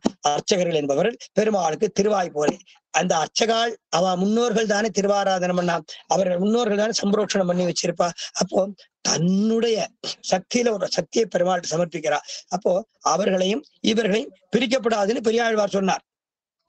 பூதமைந்தோடு வேள்வியைந்து புலன்களைந்து பொறிகளால் ஏதமுன்னுமில்லாத வன்கையினார்கள் திருக்கோட்டியூர் நாதனை நரசிங்கனை நவீந்திரியத்துவார் உழக்கிய பாததூளிபடுதலால் இவ்வுலகம் பாக்கியம் செய்தது. அந்த எம்பெருமானிடத்திலே கைங்கரியம் பண்ணக்கூடிய வாழ் திருப்படி பட்டா போரும் அந்த உலகம் பரம பாக்கியம் பண்ண உலகமாச்சு. அதுபோல சொன்னார், நாதனை நரசிங்கனை நவீனேத்துவார்களை கண்டக்கார். அவன்தான் எம்பெருமான். அவன் பெருமாளுடைய சொரூபம்னு சொன்னார், பெருமாளுடைய பிரதிநிதின்னு சொல்லல. எம்பிரான் தன் சின்னங்கள் கொம்பினார் பொழில்வாய் குயிலினம் கோவிந்தன் குணம்பாடு சீர் செம்பனார் முதல் சூழ் செழின் கழனியுடைய திருக்கோட்டியூர் நம்பனை நரசிங்கனை நவீனேத்துவார்களை கண்டக்கார். அந்த எம்பெருமான கைங்கரியம் பண்றவாளை பார்த்தா எம்பெருமானுடைய பிரதிநிதின்னு சொல்லல, பிரதிபிம்பம். கண்ணாடியில நம்ம முகத்தை பார்க்கிறோம், நம்முடைய பிரதிநிதின்னு சொல்றோமா? கிடையாது, நம்முடைய பிரதிபிம்பம், நம்முடைய பிரதிபிம்பம். அதுபோல திவ்யக்ஷேத்திரத்தை அர்ச்சக சுவாமிகள் எம்பெருமானுக்கு பிரதிநிதி கிடையாதான், பிரதிபிம்பமா. சொன்னவர் யாரு?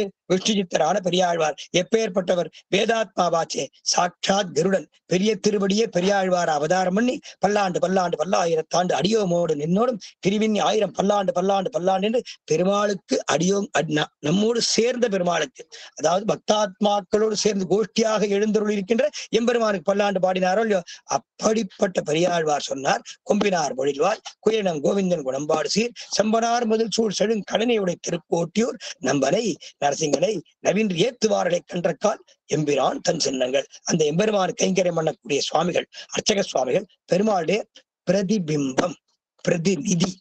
பிரதிநிதினா பிரிச்சு போடலாம். என்னுடைய பிரதிநிதியா ஒருத்தர் அனுப்புறேன், எனக்கு பதிலியா இன்னொரு அனுப்புறேன்னு சொல்லலாம். பிரதிபிம்பத்தை பிரிக்க முடியுமோ? பிரிக்க முடியாது. அதுபோல திவ்யக்ஷேத்திர கைங்கரியவர்கள் எம்பெருமாறு பிரதிபிம்பத்தை போன்றவர்கள்.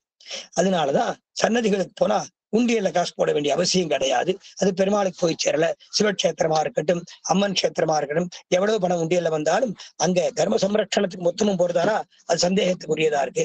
அதனால கைங்கரியவர் ஆளுக்கு குடும்பம். ஆண்களை கைங்கரியம் பண்றா, ஏதோ ஒரு உங்க ஆத்துல உங்க வீட்டுல ஒரு கல்யாணம் வருதா, ஏதோ ஒரு திவ்ய தேசம் எடுத்துக்கோங்க. அந்த ஏழை திவ்ய தேசமா இருக்கட்டும் அல்லது சிவபக்தால் அந்த கஷேத்திரத்தை எடுத்துக்கோங்க.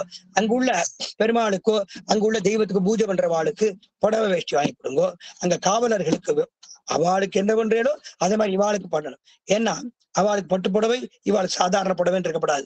ஏன்னா காவலர்கள் காவல் காக்கிறா, கோவிலை கூட்டுறவா, சுத்தமா வச்சுருக்கா, திருமணப்பள்ளியில கைங்கரியம் பண்றவா, அந்த தெய்வத்திற்கு ஒரு இனிமையான பிரசாதத்தை சமர்ப்பிக்கிறா.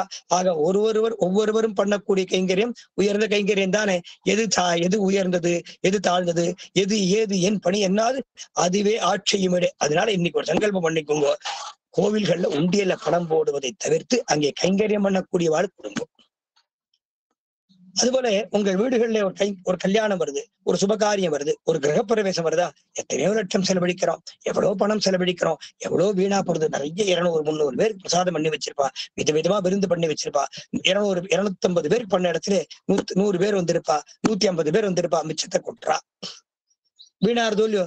அப்படி வியர்த்தமா எவ்வளவு செலவாருது. நீங்க என்ன பண்ணுங்க, ஏதோ ஒரு க்ஷேத்திரம், யாருக்கு எந்த தெய்வம் பிடிச்சிருந்தா என்ன.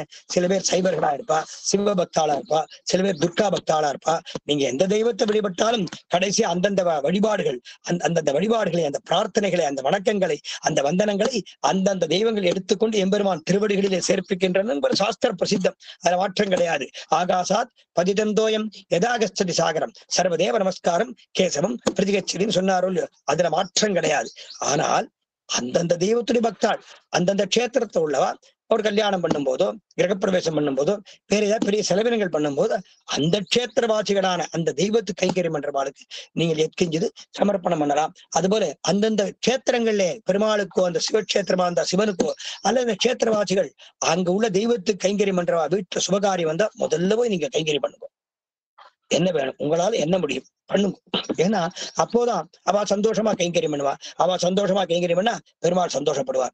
என் அடியார் அது செய்தாரு நன்னு செய்தார். அவ தெரிஞ்சோ தெரியாமலோ கோவிச்சுட்டு இருக்கலாம். என்ன நீங்க உள்ளூர்காரா தானே, இந்த கூட்டத்துல நீங்களும் வந்து கழுத்து இருக்கணுமான்னு கேட்பா. அது பெருசா எடுத்துக்கப்படாது. ஏன்னா அவளுடைய இயலாமை, சரீரம் தானே, மனுஷ சரீரம் தானே. இது இரும்பால பண்ணப்பட்ட சரீரம் கிடையாது, பஞ்சபௌதிகாத்மிகமான சரீரம், பஞ்சபூதங்களால் ஆன சரீரமாச்சே. அசதி வரத்தான் செய்யும், களைப்பு வரத்தான் செய்யும், மறதி வரத்தான் செய்யும், நாக்கு குளரத்தான் செய்யும். அது எம்பெருமானுடைய பிரசாதம், இந்த கைங்கரியம்ங்கிற பிராப்தம். ஆக எம்பெருமானுக்கு கைங்கரியம் பண்ணக்கூடிய பிராப்தங்கிறது பகவத் பிரசாதம், ஆச்சாரி கடாட்சம், முன்னோர்கள் பண்ணி வச்ச புண்ணியத்துடைய தர்மத்துடைய பலன். அதனால அவர்களுக்குத்தான் கைங்கரியம் பண்ண வேணும் என்று அடியேன் பிரார்த்திக்கிறேன். அதுபோல இன்றைய பாசுரத்திலே ஏற்ற கலங்கள் எதிர்பொங்கி நிதளிப்ப மாற்றாதே பால் சொரியும் வள்ளல் பெரும் பசுக்கள் ஆற்ற படைத்தான் மகனே என்று திருத்தகப்பனாரான நந்தகோபனை சொல்லி அப்பேற்பட்ட நந்தகோபாலனுக்கு மகனேன்னு அழைக்கிறார். ஏற்ற கலங்கள், பாத்திரங்கள், கலங்கள்னா பாத்திரங்கள், ஏற்ற கலங்கள் ஏற்புடையதான பாத்திரங்கள். ஆச்சாரியன் தன்னுடைய சிஷ்யர்களுக்கு பாகவத வைபவங்களை உபதேசம் பண்ணுவார். பாத்திரம் அறிஞ்சு பிச்சை போடுங்கிறாள் இல்லையா, கோத்திரம் அறிஞ்சு பொண்ணக்குடு, பாத்திரம் அறிஞ்சு பிச்சை போடும்பா. அந்த பாத்திரத்தை அறிதல் யார் அறிந்து கொள்ள வேணும்? ஆச்சாரியன். அவன் பாமரன் ஆயிருக்கலாம், அவன் சாமானியன் ஆயிருக்கலாம், அவனுக்கும் பகவானிடத்திலே ஒரு பக்தி இருக்கலாம். அப்படி பக்தி இல்லாதவனாக இருந்தாலும் அவனுக்கு பக்தியை உண்டு பண்ணி அந்த பக்தியின் மேலீட்டாலே, அந்த பக்தியின் விசுவாசத்தாலே, பாகவதாளிடத்திலே ஒரு விசுவாசத்தை உண்டு பண்ணி தன் திருவடி கடாட்சத்தாலே அவனையும் அங்கீகாரம் பண்ணி அவனுக்கும் ஸ்வரூப லட்சணத்தை கொடுக்க வேண்டியது ஆச்சாரியன் கடமை. எம்பெருமானார் பார்த்தார்.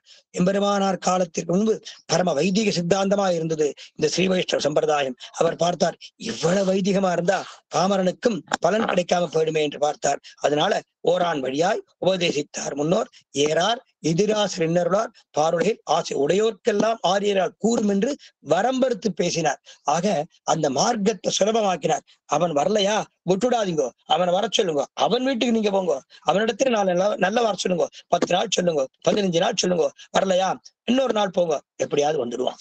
சரி, இந்த பெரியவர் வராரு, சதா தொந்தரவு பண்றாரு, போய்தான் பார்க்கலாமே, வந்துடுவான். வர வர ஓ இத்தனை பேர் வராளே, அவளை கேட்பான், உங்களுக்கு என்ன அனுபவம் கிடைச்சது, என்ன பலன் கிடைச்சது? அப்போ பலன் அடைந்தா சொல்லியிருப்பா, இந்த காலட்சேபம் ரொம்ப நன்னா இருந்தது, எளிமையா இருந்தது, சர்வ சுலபமா எல்லோரும் புரியுற மாதிரி சொல்றார், நாமும் போய் கேட்கலாமேன்னு ஒரு நாள் பொழுது போகல செல்ல ஆன் பண்ணேன், வந்தேன், நன்னா இருந்து எனக்கு புரியுறது கேட்டுட்டேன். என் மனசுல இந்த திவ்யதேசத்தை பத்தி சேவிக்கணுமே, அந்த திவ்யதேச கஷேத்திர மகாத்மியத்தை தெரிஞ்சுக்கணுமே ஆசைப்பட்டேன். சொன்னார். எதேச்சியா அடியேனுக்கு சொல்வதை போல இருந்தது, நன்னா இருந்தது. அன்னிலேருந்து வந்துட்டு இருக்கேன். மனசுக்கு நிம்மதியா இருக்கு. நிம்மதியை கொடுக்கக்கூடியவன் ஆச்சாரியன். அந்த நிம்மதியை பரம்பரையா கொடுக்கக்கூடிய ஆச்சாரியன் ஆச்சே. ஆச்சாரிய கடாட்சத்தாலே வரக்கூடிய மன சந்தோஷம் தானே மன அமைதி, மனசாந்தி. மனமது செம்மையானால் மந்திரம் ஜெபிக்க வேண்டாம்னு சொல்லுவா. மனசிலே ஒரு ஆரோக்கியம் இருக்குமேயானால் சரீரத்திலே ஆரோக்கியம் இருக்கும், சரீரத்திலே ஆரோக்கியம் இருக்குமேயானால் செய்கின்ற காரியங்களிலே ஆரோக்கியம் இருக்கும். ஆக மனசு திருப்தியா இருக்கணும், மனசு நிம்மதியா இருக்கணும், மனசு சாந்தியா இருக்கணுமே. அதற்கு காரணம் ஆச்சாரிய கடாட்சம். அப்படிப்பட்ட ஆச்சாரிய கடாட்சமாகிய அந்த பெரிய நிதியை பெறக்கூடிய கலங்கள் இந்த ஜீவாத்மாக்கள், ஏற்ற கலங்கள். அப்ப ஆச்சாரின் அனுகிரகத்தாலே நல்ல விஷயங்களை, சத் விஷயங்களை, பகவத் வைபவங்களை கேட்டு கேட்டு கேட்டு கேட்டு நேத்தி திருப்பாவைக்கு இந்த அர்த்தம் சொன்னார், நேற்று மார்கழி திங்கள்ங்கிற பதத்துக்கு இப்படி ஒரு அர்த்தம் சொன்னார், இந்த இடத்துல மார்கழி திங்கள்ங்கிற பதத்துக்கு வேற அர்த்தம் சொல்றார், வேறொரு இடத்துல வேற அர்த்தம் சொல்றாரு. அப்போ இந்த ஒரே பாசுரத்திற்கு இத்தனை அர்த்தம் இருக்குமானா இருக்கு. சொன்னவள் தாயார் ஜெகன்மாதா.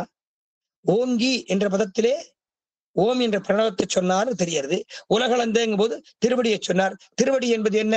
நாம் பண்ணக்கூடிய சரணாகதியை ஏற்றுக்கொள்ளக்கூடியதான எம்பெருமானுடைய அங்கம்னு தெரியுது. அப்ப சரணாகதியை குறிக்கக்கூடிய பதம் நமப்பதம். அப்ப ஓங்கி என்றால் ஓம், திருவடி என்றால் நமப்பதம், ஓம் நமோ. உத்தமன் பேர் நாராயணாய. ஓங்கி உலகளந்த உத்தமன் பேர் என்றால் ஓம் என்று பிரணவத்தை சொல்லி நமோ நாராயணாய திருமந்திரமாச்சே. ஓங்கி ஓம், ஓங்கி என்ற பதத்தாலே ஓம் என்ற பிரணவத்தை சொன்னார்கள்.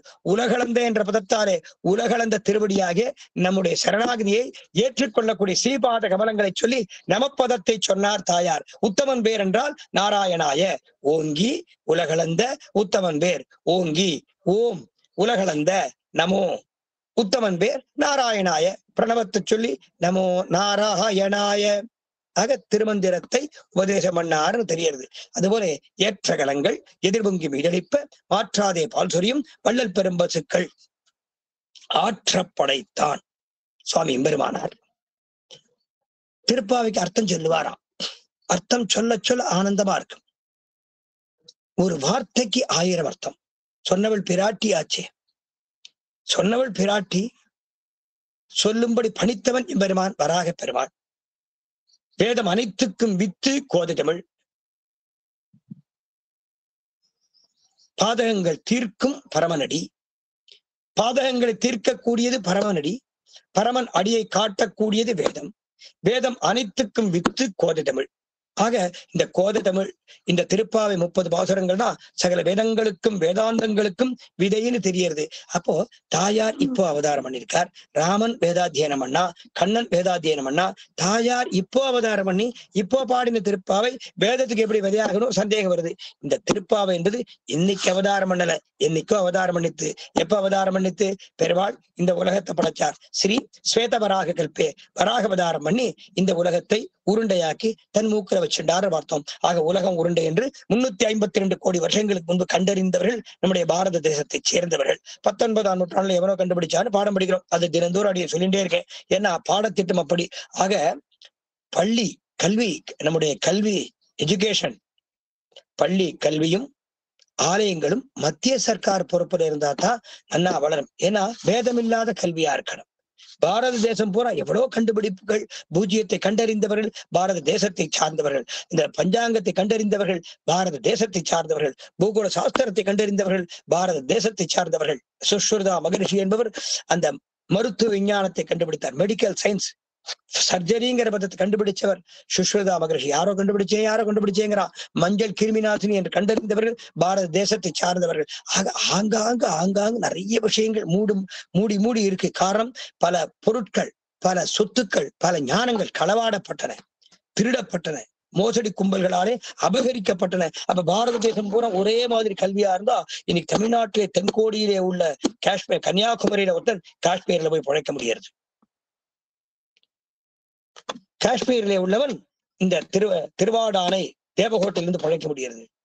ஆக பாரத தேசம் பூரா ஒரே தேசமா இருக்கணும், ஒரே கல்வியா இருக்கணும். தெய்வமும் தெய்வ வழிபாடும் பாரம்பரியமாக நம்முடைய ஆச்சாரியர்களால் எப்படியெல்லாம் நம்ம வரையறை செய்யப்பட்டோ அப்படி நடக்கணும். ஆலயத்துடைய பாரம்பரிய தர்மத்தை மாற்றக்கூடாது. அப்படி மாற்றுறதுனாலதான் எவ்வளவோ கேடுகள் ஏற்படுறது, தேசத்திலே துர்பிட்சம் ஏற்படுறது, பசுக்களுக்கு ஹானி ஏற்படுறது, ஜனங்கள் சின்ன வயசுல செத்து போறா. இந்த கொரோனா மாதிரி வியாதி வந்து பல பேர் மாண்டு போனார்கள். காரணம் என்ன? தெய்வ குற்றம். சுனாமி வந்தது பல வருஷங்களுக்கு முன்பு. அந்த வருஷம் பஞ்சாங்கம் அதுல ஜலப்பிரளயம், பிரளயம்னா அழிவு, ஜலம்னா தண்ணீர், தண்ணீராலே அழிவு ஏற்படும், ஜலப்பிரளயம் ஏற்படும் வந்திருந்தது. நம்ம யாரும் கேர் பண்ணல. பஞ்சாங்கம் தானே, ஏதோ பாப்பான்னு சொல்லக்கூடிய ஜாதகம், ஜோசியக்காரன் சொல்லக்கூடிய ஜாதகம்னு விட்டுட்டா.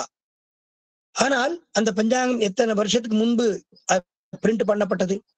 2005வது வருஷத்து பஞ்சாங்கம் 2000வது வருஷத்திலே பிரிண்ட் பண்ணப்பட்டது.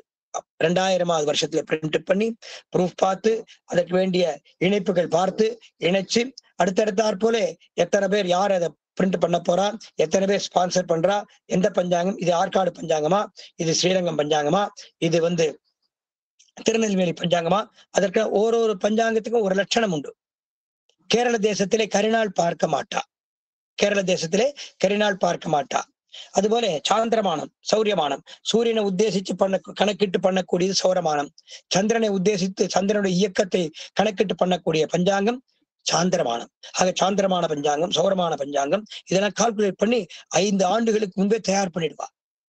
அதற்கப்புறம் அவர்கள் பிரிண்ட் பண்ண ஆரம்பிப்பா. பிரிண்ட் பண்ணி 2005வது வருஷம் பஞ்சாங்கம் 2003ஆம் வருஷம் வந்துருத்தே. அப்போ இந்த வருஷத்திலே இந்த மாசத்திலே ஜலப்பிரளயம் ஏற்படும் சொல்லியிருக்கானே.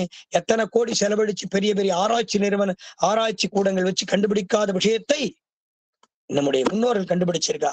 ஆக பஞ்சாங்கம், ஜோதிஷம், பௌதீகம், வானவியல், வைத்திய சாஸ்திரம் வேதத்துடைய அங்கம். வேதாங்கங்கள் 4 வேதங்கள், 6 அங்கங்கள். ஆக இந்த வேதாந்தங்களும் பிராமணர்கள் ஓதக்கூடிய மந்திரன்னு பொய்ய சொல்லி ஒரு பொய்யான ஒரு பிரச்சாரம் பண்ணி அதை ஒதுக்கி வச்சுட்டா. காரணம் என்ன? மாற்று மதத்தினர்கள் நம்முடைய ஞானத்தை, நம்முடைய தர்மத்தை அழிக்க வேண்டும் என்று முயற்சி பண்ணி தங்கள் மதத்தை புகுத்துவதற்காக, தங்கள் மதத்தை பெருக்குவதற்காக பாரத சம்பிரதாயத்தை அழித்தார்கள். ஜாதியை பிராமணன் சொல்லலையே. யோசிச்சு பாரு, பிராமணனா ஜாதியை சொன்னா நீ தாழ்ந்தவன் சொன்னாரா? மாரநேரி நம்பி வைபவம், ஆளவந்தாருக்கு முதுகிலே ராஜபலவை, பெரிய கேன்சர் கட்டி வந்துடுத்து, கஷ்டப்படுறார், கைங்கரியம் பண்ண முடியல, எவ்வளவு வைத்தியம் பார்த்தாலும் அந்த வியாதி குணமாகல. சில ஜோதிஷர்கள் சொல்றா, சுவாமி தேவரீருக்கு வந்திருக்கிற வியாதி பெரிய வியாதி, யாராவது ஒருவர் இந்த வியாதியை, இந்த பிராரப்த கர்மாவினாலே வந்த வியாதியை தானம் வாங்கிண்டா தேவரீர் குணமாயிடுவீர், பெருமாள் ரங்கநாதருடைய கைங்கரியத்தை குறையில்லாமல் பண்ணலாம். ஆளவந்தாருக்கு அதுல இஷ்டம் இல்ல, யாருக்கும் இந்த வியாதியை கொடுத்து மத்தவா கஷ்டப்படணும்னு அவர் எதிர்பார்க்கல. ஆளவந்தார் அவதார புருஷர், மகான். இருந்தாலும் கர்ம வினை, மத்தவா பண்ணக்கூடிய கர்மாவை ஏத்துப்பாளே. சிஷ்யன் சத்தியவானா இருந்தா அவன் பண்ணக்கூடிய தர்மம், அவன் பண்ணக்கூடிய தபோபலன் ஆச்சாரிய நிலத்தில போய் சேர்றது. ஜனங்கள் தர்மவான்களா இருந்தா அவ பண்ணக்கூடிய தர்மம் ராஜாவுக்கு போய் சேர்றது. ராஜா பாபாத்மாவா இருந்தால் ஜனங்கள் அந்த பாபங்களுடைய பலனை அனுபவிக்கிறார்கள். ராஜா ஒரு குடும்பத்திலே தகப்பன் எப்படியோ தேசத்துக்கு ராஜா தகப்பன். யதா ராஜா ததா பிரஜா.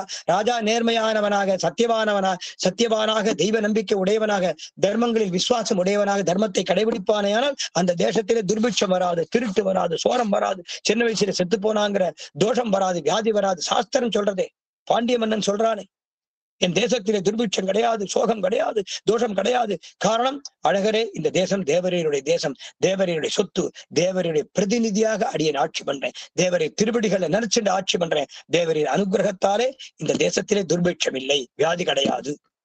அப்போ ராஜா தர்மவானா இருக்கணும், ராஜா தெய்வ நம்பிக்கை உடையவனா இருக்கணும், ராஜா எல்லோரையும் சமதரிசனமாக பார்க்கக்கூடியவனா இருக்கணும் அப்படின்னு தெரியும். மனுநீதி சோழன் மாதிரி இருக்கணும்னு தெரியும். ஆக ராஜ்ய தர்மத்தை சொன்னவன் கண்ணன். ராஜ்ய தர்மம், சத்திரிய தர்மம் வேதத்துல இருக்கு, பிராமண தர்மம் வேதத்துல இருக்கு. ஆளவந்தாருடைய தோஷம், அந்த ராஜபிளவைங்கிற வியாதி நிவர்த்தி ஆகணும்னா யாராவது தானம் வாங்கிக்கணும். யாரும் முன்வரல.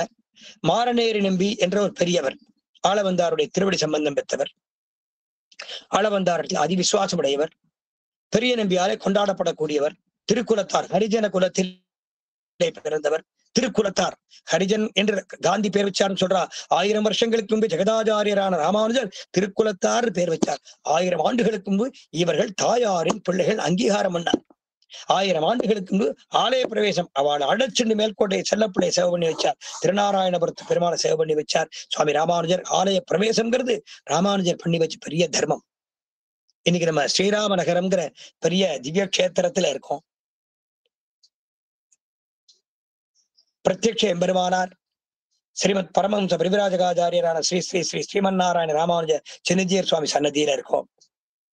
இங்க ஒரு பெரிய ராமாலயம் இருக்கு. அந்த ராமருடைய விமானத்தை சேவிக்க முடிகிறது. அஷ்டாங்க விமானம், 8 உபகோபுரங்களோடு கூடிய 3 தலங்கள். ஓம் என்பது ஒரு பதம், நமகா 2வது பதம், 3வது நாராயணாய. ஓம் நமோ நாராயணாய என்ற 3 பதங்களும் 3 தலங்களா இருக்கு. ஓமித் ஏகாட்சரம், நமகா இது 2 அக்ஷரே, நாராயணா இது பஞ்சாட்சராணி. 8 எழுத்துக்கள் 8 கோபுரங்களாக இருக்கின்றன. அஷ்டாட்சர சொரூபியான சன்னதி. இந்த சன்னதி இங்க வந்திருக்குன்னா என்ன காரணம்? ஒரு விதை விழுந்தா தானே விருட்சம் முளைக்கும், ஒரு மரம் முளைக்கும். ஒரு இடத்துல ஆலமரம் முளைக்கிறது, அப்ப விதை விழுந்திருக்குன்னு அர்த்தம். அரச மரம் முளைக்கிறது, அரச மரத்து விதை விழுந்திருக்குன்னு தெரியாது. இங்க விழுந்த விதை என்பது சுவாமி எம்பெருமானாருடைய திருவடி சம்பந்தம்ங்கிற விதை. சுவாமி எம்பெருமானார் மேல்கோட்டை போறார். ஸ்ரீரங்கத்திலிருந்து மேல்கோட்டையில சுவாமி எம்பெருமானாரை அங்குள்ள மக்கள், கிராமத்து மக்கள் வரவேற்பு பண்றா. எம்பெருமானார் அந்த மேல்கோட்டை எல்லையில அவளை பார்த்து கேட்கிறார். அங்க சில தினங்கள் தங்கி இருக்கார். அவள்கிட்ட பேசிட்டு இருக்கார். நீங்கள்லாம் இங்க பெருமாள் எழுந்தருளி இருக்காரு, திருநாராயண பெருமாள், அவர் சேவிச்சிருக்கேளா? அவ சொன்னா, சேவிச்சதே இல்லை சுவாமி அப்படின்னு சொன்னா. சுவாமி எம்பெருமானாருக்கு அதிர்ச்சி. என்னது, இந்த க்ஷேத்திரத்துல வாசம் பண்ணிட்டு பெருமாள் திருநாராயணன் சேவிக்கலையா? குருநாயகமாய் ஓட உலகுடன் ஆண்டவர் கருணாய் கவர்ந்தகாரர் சிதகியபானே திருநாடு காண இம்மையிலே பிச்சதாம் கொள்வர் திருநாரணந்தாள் காலம் பெற சிந்தித்து உய்மினர். திருநாராயணன் அப்படிப்பட்ட பெருமாளை சேவிக்கலையா? திருநாராயணன் சேவிக்கலையா? ஆச்சரியமா இருக்கு. என்ன காரணம்னு கேட்டார் சுவாமி எம்பெருமானார். அதற்கு அந்த மக்கள் சொன்னா, நாங்கள் தாழ்த்தப்பட்ட ஜனங்கள், தாழ்ந்த ஜாதி, எங்களுக்கு அந்த கஷேத்திரத்துக்கு ஊருக்குள்ள போக அருகதை கிடையாது. நாங்கள் தாழ்ந்த ஜாதி, இந்த ஊருக்குள்ளே பிரவேசிக்க எங்களுக்கு அதிகாரம் கிடையாது, அருகதை கிடையாது. சுவாமி ராமானுஜருக்கு மனசிலே வருத்தம், பெரிய இடி விழுந்த மாதிரி இருந்தது. என்னது, தாழ்த்தப்பட்ட ஜாதியா? அப்படி ஒரு ஜாதியே கிடையாதே. எல்லாருக்கும் தாயார் தகப்பனார் எம்பெருமான் தானே. வேதம் அப்படித்தானே சொல்றது. மாதா நாராயணஹா பிதா நாராயணஹா ஜெகன்மாதா ஜெகத்பிதா எம்பெருமான். இந்த ஜெகத் குடும்பம், சகல ஜெகத் குடும்பமும் எம்பெருமானுடைய குடும்பமாச்சே. ஒரு தாயாருக்கு 5 பிள்ளைகள் இருந்தா எந்த பிள்ளை வசதி, எந்த பிள்ளை தாழ்ச்சி கிடையாது. நீங்கள் தாழ்ந்தவர்கள் கிடையாது, நீங்கள் தாயாரின் பிள்ளைகள், திருக்குலத்தார் பேர் வச்சார்.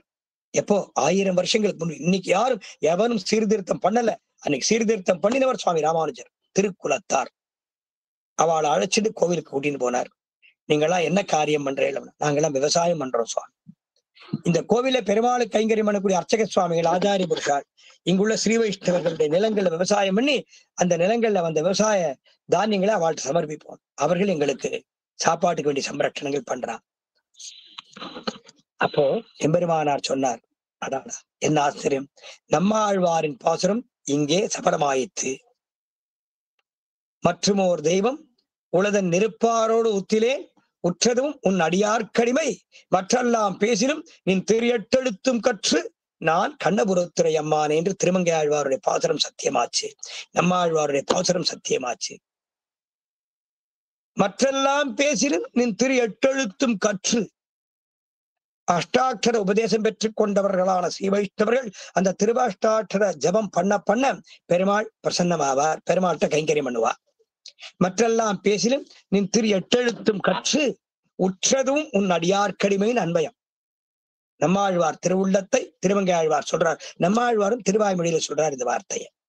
திருமங்கை ஆழ்வார் ஸ்பஷ்டமா சொல்றார், மற்றெல்லாம் பேசினும் நின் திரு எட்டெழுத்தும் கற்று உற்றதும் உன் அடியார்க்கடிமை. ஆக அஷ்டாட்சர ஜபம் கைவந்தவர்களுக்கு பெருமாள் சேவை சாதிப்பார், பெருமாள்கிட்ட கைங்கரியம் பண்ணுவார். அந்த பகவத் கைங்கரியம் பண்ணுவதாலே பகவான் கொடுக்கக்கூடிய அனுகிரகம், பகவான் கொடுக்கக்கூடிய வெகுமதி, பகவான் கொடுக்கக்கூடிய பரிசு என்ன தெரியுமோ? பகவத கைங்கரியம். உற்றதும் உன் அடியார்க்கடிமை.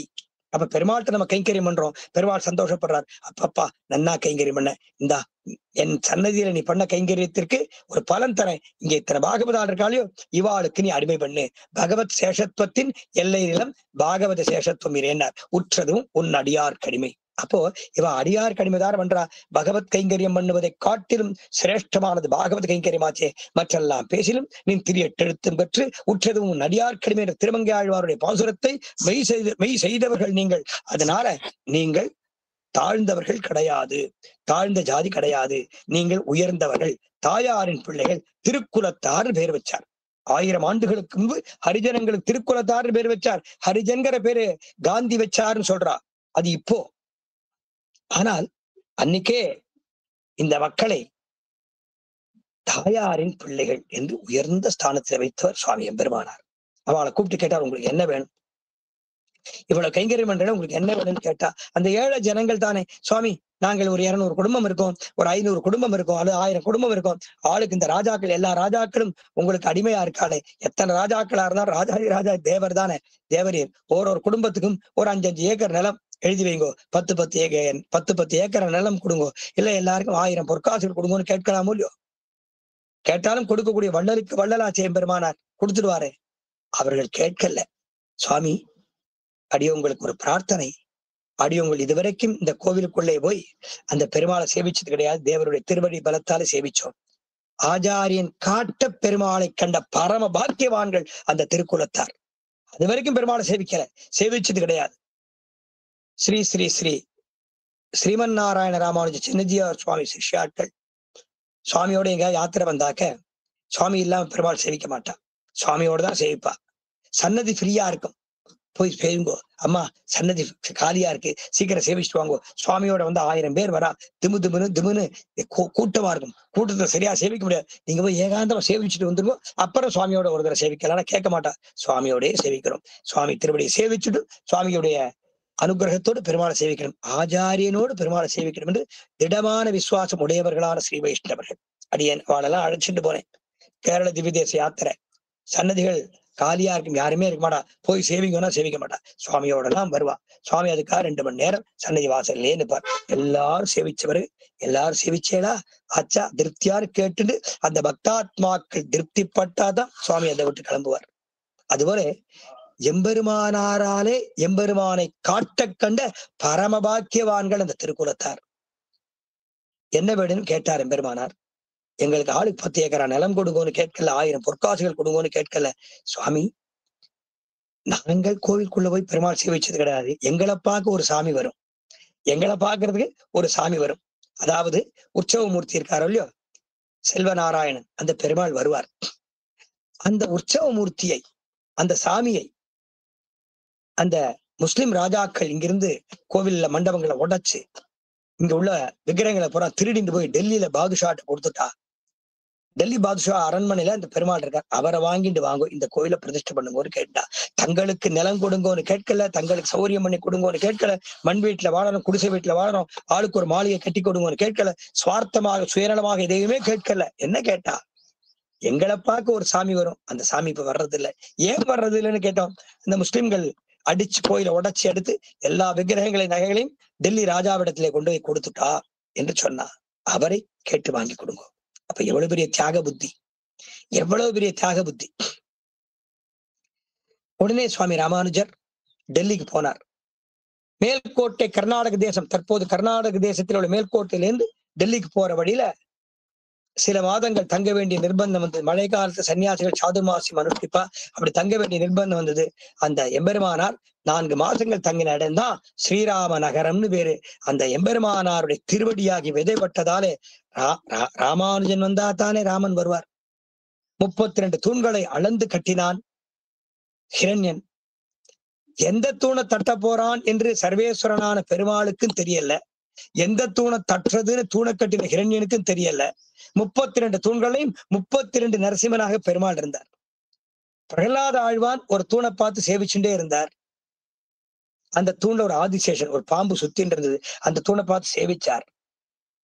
தூணை கட்டினவனான ஹிரண்யனுக்கும் எந்த தூணை தட்டுறதுன்னு தோழல, சர்வேஸ்வரன், சர்வ நியாமகன், அப்படிப்பட்ட பரமாத்மா, அப்படிப்பட்ட எம்பெருமானுக்கே எந்த தூணை தட்ட போறான்னு தெரியாமல் 32 தூண்களில் 32 சிங்கப்பெருமாளாய் பெருமாள் இருந்தாராம். அப்ப 2 பேருமே மதிமயங்கி போயிட்டா.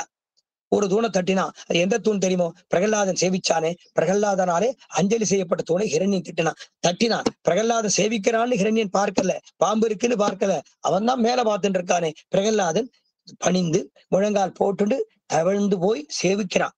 முழங்கால் போட்டு பணிவா பவ்யமா சேவிக்கிறான். பிரகலாதனை பார்க்கல, வேற யாரையும் பார்க்கல. திடீர்னு அந்த தூணை தட்டினான். பெருமாள் அதிலே ஆவிர்பவித்தார். அளந்து ஈட்ட தூணை அவன் தட்ட ஆங்கே வளர்ந்திட்ட வாழுகிற சிங்க உரு. பெருமாள் அந்த தூணிலே 8 திருக்கரங்களோடு சிங்கப்பெருமாளாய் ஆவிர்பவித்து ஹிரண்யனோடு யுத்தம் பண்ணி அவனை சம்ஹாரம் பண்ணி பிரகலாதனை பார்த்து கேட்டார், ஏ பிரகலாதா, சர்வ சுவாமியான சர்வ சக்தித்துவமுடைய எனக்கே எந்த தூணை உங்க அப்பன் தட்ட போறான்னு தெரியல, தூணை கட்டின உங்க அப்பனுக்கு எந்த தூணை தட்டுறதுன்னு தெரியல, நீ மட்டும் ஒரு தூணை சேவிச்சியப்பா, அந்த தூணைத்தான ஹிரண்யன் தட்டினான், உனக்கு மட்டும் எப்படி அந்த தூணை தட்டுவான்னு தெரிஞ்சது. பிரகலாதன் சொன்னான், சுவாமி, அந்த தூண்ல ஒரு ஆதிசேஷன், ஒரு நாகம் படம் எடுத்து சுத்தின் இருந்தது. ஆதிசேஷன் யாரு? தேவரீர் எப்பொழுதெல்லாம் அவதாரம் பண்ண போறீரோ உமக்கு முன்னாடி இந்த இடம் சரியா இருக்கா, இங்கதானே பெருமாள் அவதாரம் பண்ண போறார், இந்த இடம் சரியா இருக்கான்னு பார்த்துட்டு போக வேண்டிய வேலை ஆதிசேஷனுக்கு ஆச்சு. ஒரு பெரிய பிரபு வரார், பிரதம மந்திரி வராருன்னு வச்சுப்போம். ஆக 2 மாசத்துக்கு முன்னாடி ஆபீசர் எல்லாம் வருவா, செக்யூரிட்டி ஆபீசர் வருவா, கலெக்டர் வருவா, இப்படி ஸ்டேஜ் பை ஸ்டேஜா வந்து செக் பண்ணுவா. இந்த ஏர்போர்ட்ல இருந்து எவ்வளவு தூரம், ஹெலிபேட் எங்க இருக்கு, அங்க இருந்து கோவில் எவ்வளவு தூரம், இந்த கோவில்ல மண்டபங்கள் எத்தனை, தூண்கள் எத்தனை, மண்டபம் உயரம் எத்தனை தூரத்துல இந்த தூண், ஒரு தூணுக்கு ஒரு தூண் இடைவெளி எப்படி இருக்கு, பெரிய ஸ்கெட்ச் பண்ணுவா. அப்படி செக் பண்ணுவா. எல்லாம் திருப்தியான பிறகுதான் கடைசியா அந்த வரக்கூடிய பிரபுகால் வருவா, பிரதமரோ ஜனாதிபதியோ வருவா. அதுபோல சர்வேஸ்வரனான எம்பெருமான் வருவதற்கு முன்பாகவே எழுந்தருளி இந்த தூணில் தான் வரப்போறான்னு ஆதிசேஷன் காட்டி கொடுத்தாருன்னு சொன்னார். அப்போ ஆதிசேஷன் முன்னாடி இந்த இடத்துல பெருமாள் வருவார் காட்டி கொடுத்தாரோ இல்லையோ, அதுபோல சுவாமி எம்பெருமானார் ராமானுஜர் மேல்கோட்டையிலே இருந்து எழுந்தருளி டெல்லிக்கு எழுந்தருளும் வழியிலே தங்கின இடம்தான் ஸ்ரீராம நகரம். ஆக இளைய பெருமாள் வந்தார், இங்கதான் ராமன் வந்தார். ஆக அஷ்டாங்காகிய வியோமயானை விராஜது, 8 அக்ஷரங்களை போல 8 உபகோபரங்கள், ஓம் நமோ நாராயணாய என்பதான 3 பதங்கள் 3 தலங்களோடு சக்கரவர்த்தி திருமகன் வந்தார். ஆக எம்பெருமானார் திருவடியாகிய வித விழுந்ததுனால எம்பெருமானாகிய விருட்சம் இங்க உண்டாச்சு. அது ஸ்ரீராம நகரம் ஆச்சு, பாக்கிய நகரத்துக்கு பக்கத்துல. இன்னைக்கு நீங்க கூகுள் மேப் போட்டு பாருங்க, கரெக்டா தெரியும். மேல்கோட்டை திருநாராயணபுரத்துல டெல்லி போற வழியில இந்த இடம் இருக்கு. அடுத்தாற் போல டெல்லிக்கு போனார். டெல்லி பாதுஷாவை பார்த்தார். ராஜா எம்பெருமானார் சேவிக்கிறான். அவர் திருமுக தேஜஸை பார்க்கிறான், சேவிக்கிறான். சுவாமி வாங்கோ, தேவருக்கு என்ன வேணும், ரொம்ப தூரத்துல இருந்து வந்திருக்கேன், அடியன் செய்ய வேண்டுவது என்னன்னு கேட்கிறான். எம்பெருமானார் திருமுக மண்டலத்தை பார்த்தாச்சுன்னா அத்தனை பேரும் மயங்கிடுவா. காரணம், எல்லோரும் வாழ வேணும், எல்லோரும் வாழ வேணும், எல்லோரும் வாழ வேணும் என்று பரோபகாரமாகவே சதா தர்மகாரமும் தியாகமே வடிவான திருவுள்ளத்தோடு எல்லோரையும் அரவணைத்து ஆசீர்வாதம் பண்ணி மங்களாசாதனம் பண்ணி அனுகிரகம் கூடியவர் சுவாமி எம்பெருமான். எம்பெருமான காட்டிலும் எம்பெருமானுக்கும் சேர்த்து மங்களாசாதனம் பண்ணக்கூடியவர் எம்பெருமானார். இவன் எம்பெருமானுக்கு ஒரு பங்கு தயைனா எம்பெருமானாருக்கு 1000 மடங்கு தயை, எம்பெருமானாருக்கு ஒரு பாசம்னா ஒரு பங்கு பாசம்னா எம்பெருமானாருக்கு பல கோடி மடங்கு பாசமா. அதுபோல தியாகமே வடிவானவர் சுவாமி எம்பெருமானார். கோபிக்க தெரியாது, கோபம் கொள்ள தெரியாது, அப்படிப்பட்டவர். ஏன்னா எந்த காலத்திலயும் பக்தாத்மாக்கள் எதிர்காலத்திலே பாபம் பண்ணிடுவாங்கிறதுக்காக பெருமாள் தாயாட்ட ஸ்ரீரங்கத்திலே பங்குனி உத்திர நன்னாளிலே எதிர்காலத்திலே வரக்கூடிய பக்தாத்மாக்கள் பண்ணக்கூடிய பாபங்களுக்காக, தெரிந்தோ தெரியாமலோ பண்ணக்கூடிய பாபங்களுக்காக அடியேன் இன்று மன்னிப்பு கேட்கிறேன்னு கேட்டார்களோ. யாருக்கு அந்த மனசு வரும்? ஓம் பகவன் நாராயணாபி மதான் ரூப ஸ்வரூப ரூப குண விபவ ஐஸ்வர்ய சீலா தனபதிகாச அசங்கேய கல்யாண குணகணாம்னு சரணாகதி கத்தியம் பண்ணும்போது நமக்காக அன்றே சரணாகதி பண்ணாரு. அப்படிப்பட்ட பரம தயாளு எம்பெருமானார். அவர் திருவடிபட்டு 4 மாசங்கள் சாதுர்மாசியம் காலத்துல எழுந்தருளி இருந்த இடம் தான் இன்னைக்கு ஸ்ரீராம நகரம்னு ஆச்சு. எம்பெருமானார் டெல்லி போனார். ராஜா கேட்டான், என்ன வேணும்னு கேட்டான். இந்த மாதிரி மேல்கோட்டைங்கிற ஊருக்கு போனேன், திருநாராயணபுரம்னு பேரு. அந்த ஒரு உற்சவ மூர்த்திய உன்னுடைய படை வீரர்கள் உன்னுடைய சிற்றரசர்கள் எல்லாம் அங்க யுத்தம் பண்ணி அந்த கோவிலை உடைச்சு அந்த விக்கிரகத்தை உன்னிடத்திலே கொடுத்துட்டாலாம், அந்த பெருமாளை கொடுன்னு கேட்டார் எம்பெருமானார்.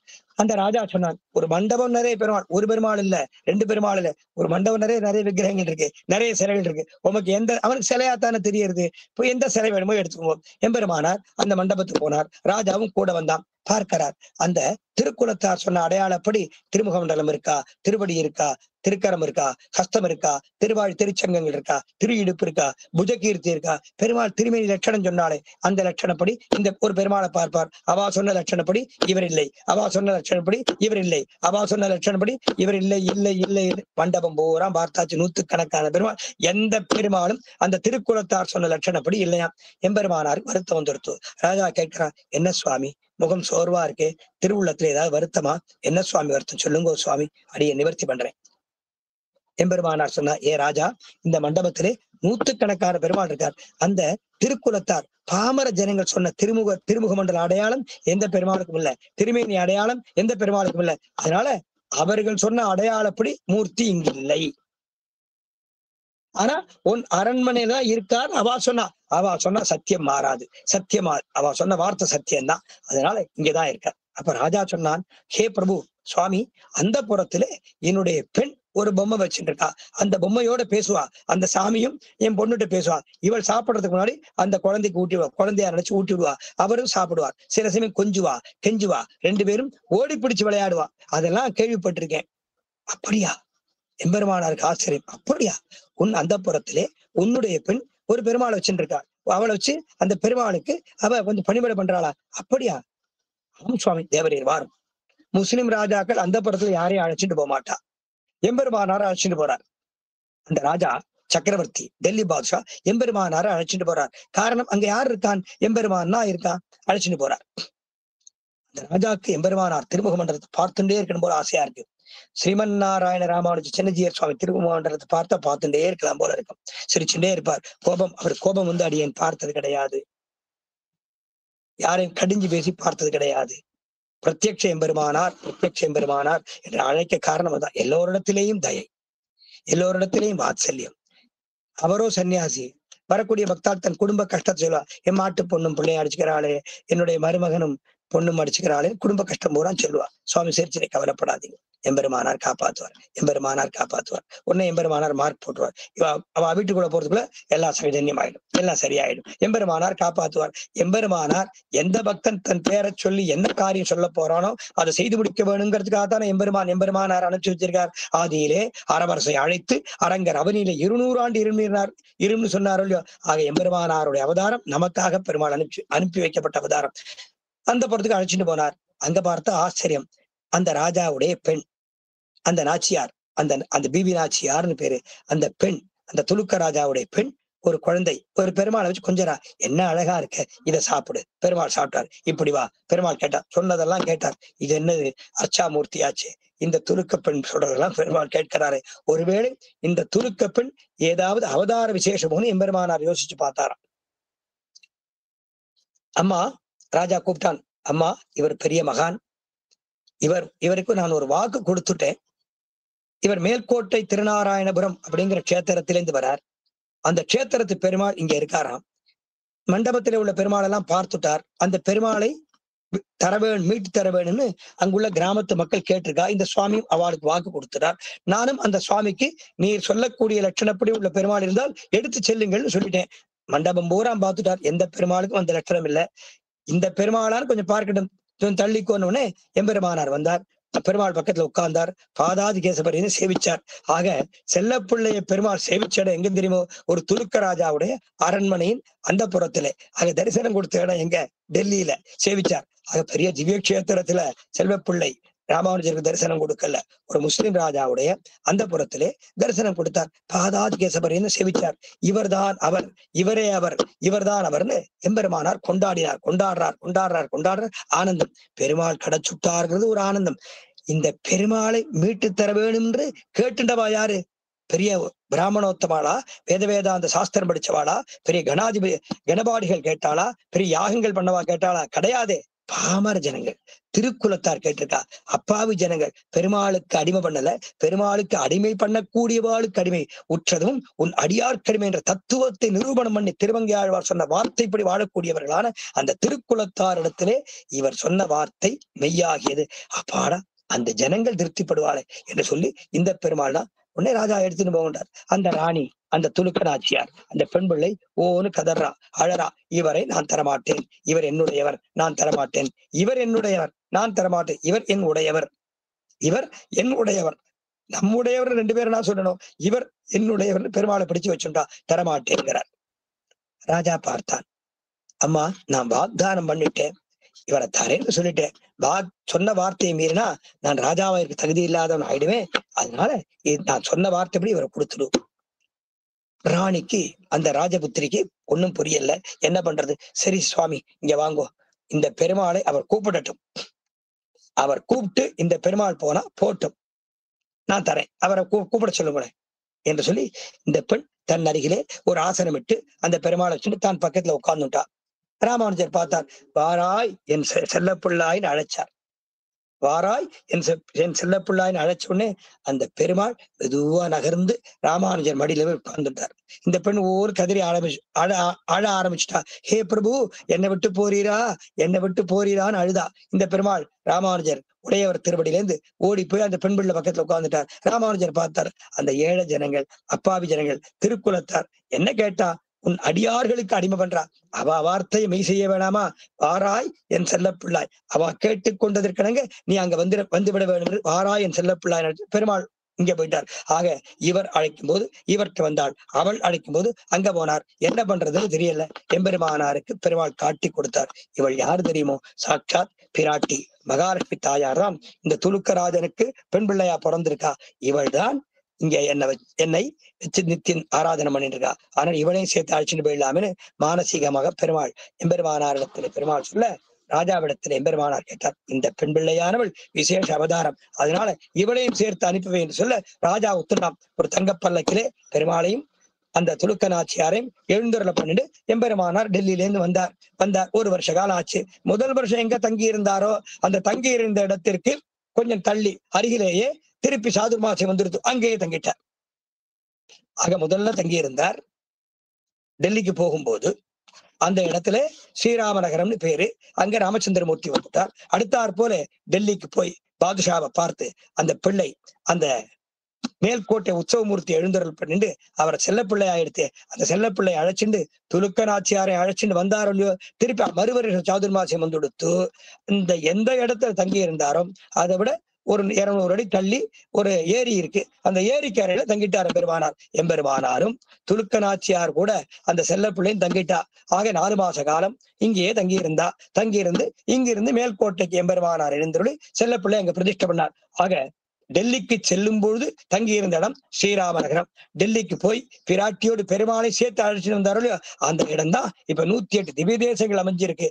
ஆக ஒரு விதை விழுந்தாத்தான செடி முளைக்கும். கட்டாந்திரையில ஒரு விதையை போடுங்க, முளைக்குமா? முளைக்காது. மண்ணுல ஒரு விதையை போடுங்க, முளைக்கும். அப்ப விதை விழுந்தா அந்த செடி முளைக்கும்னு தெரியுது. ஒரு ஆல விதை விழுந்தாதான் ஆலமரம் முளைக்கும், வேப்பமரம் முளைக்காது. வேப்ப விதை விழுந்தா வேப்பமரம் முளைக்கும். ஆக 108 திவ்ய தேசங்களும் இங்கே வந்தது என்றால் எம்பெருமானார் முதலிலே டெல்லிக்கு செல்லும் பொழுது தான் மட்டும் தங்கி இருந்த இடத்திலே சக்கரவர்த்தி திருமன், இவர் இளைய பெருமாள் தானே, இளையாழ்வார் தானே, ஆதிசேஷன் தானே, ஆக ஆதிசேஷனாக ஆதிசேஷனின் புனராவதாரான ராமானுஜர் முதல் சாதுர்மாசியம் அனுஷ்டித்த இடத்திலே ஸ்ரீராமநகரம் டெல்லிக்கு போனார். பிராட்டியையும் பெருமானை சேர்த்து அழைச்சு வந்தார். செல்லப்பிள்ளையையும் துலுக்க நாச்சியாரை சேர்த்து அழைச்சு வந்தாரோ.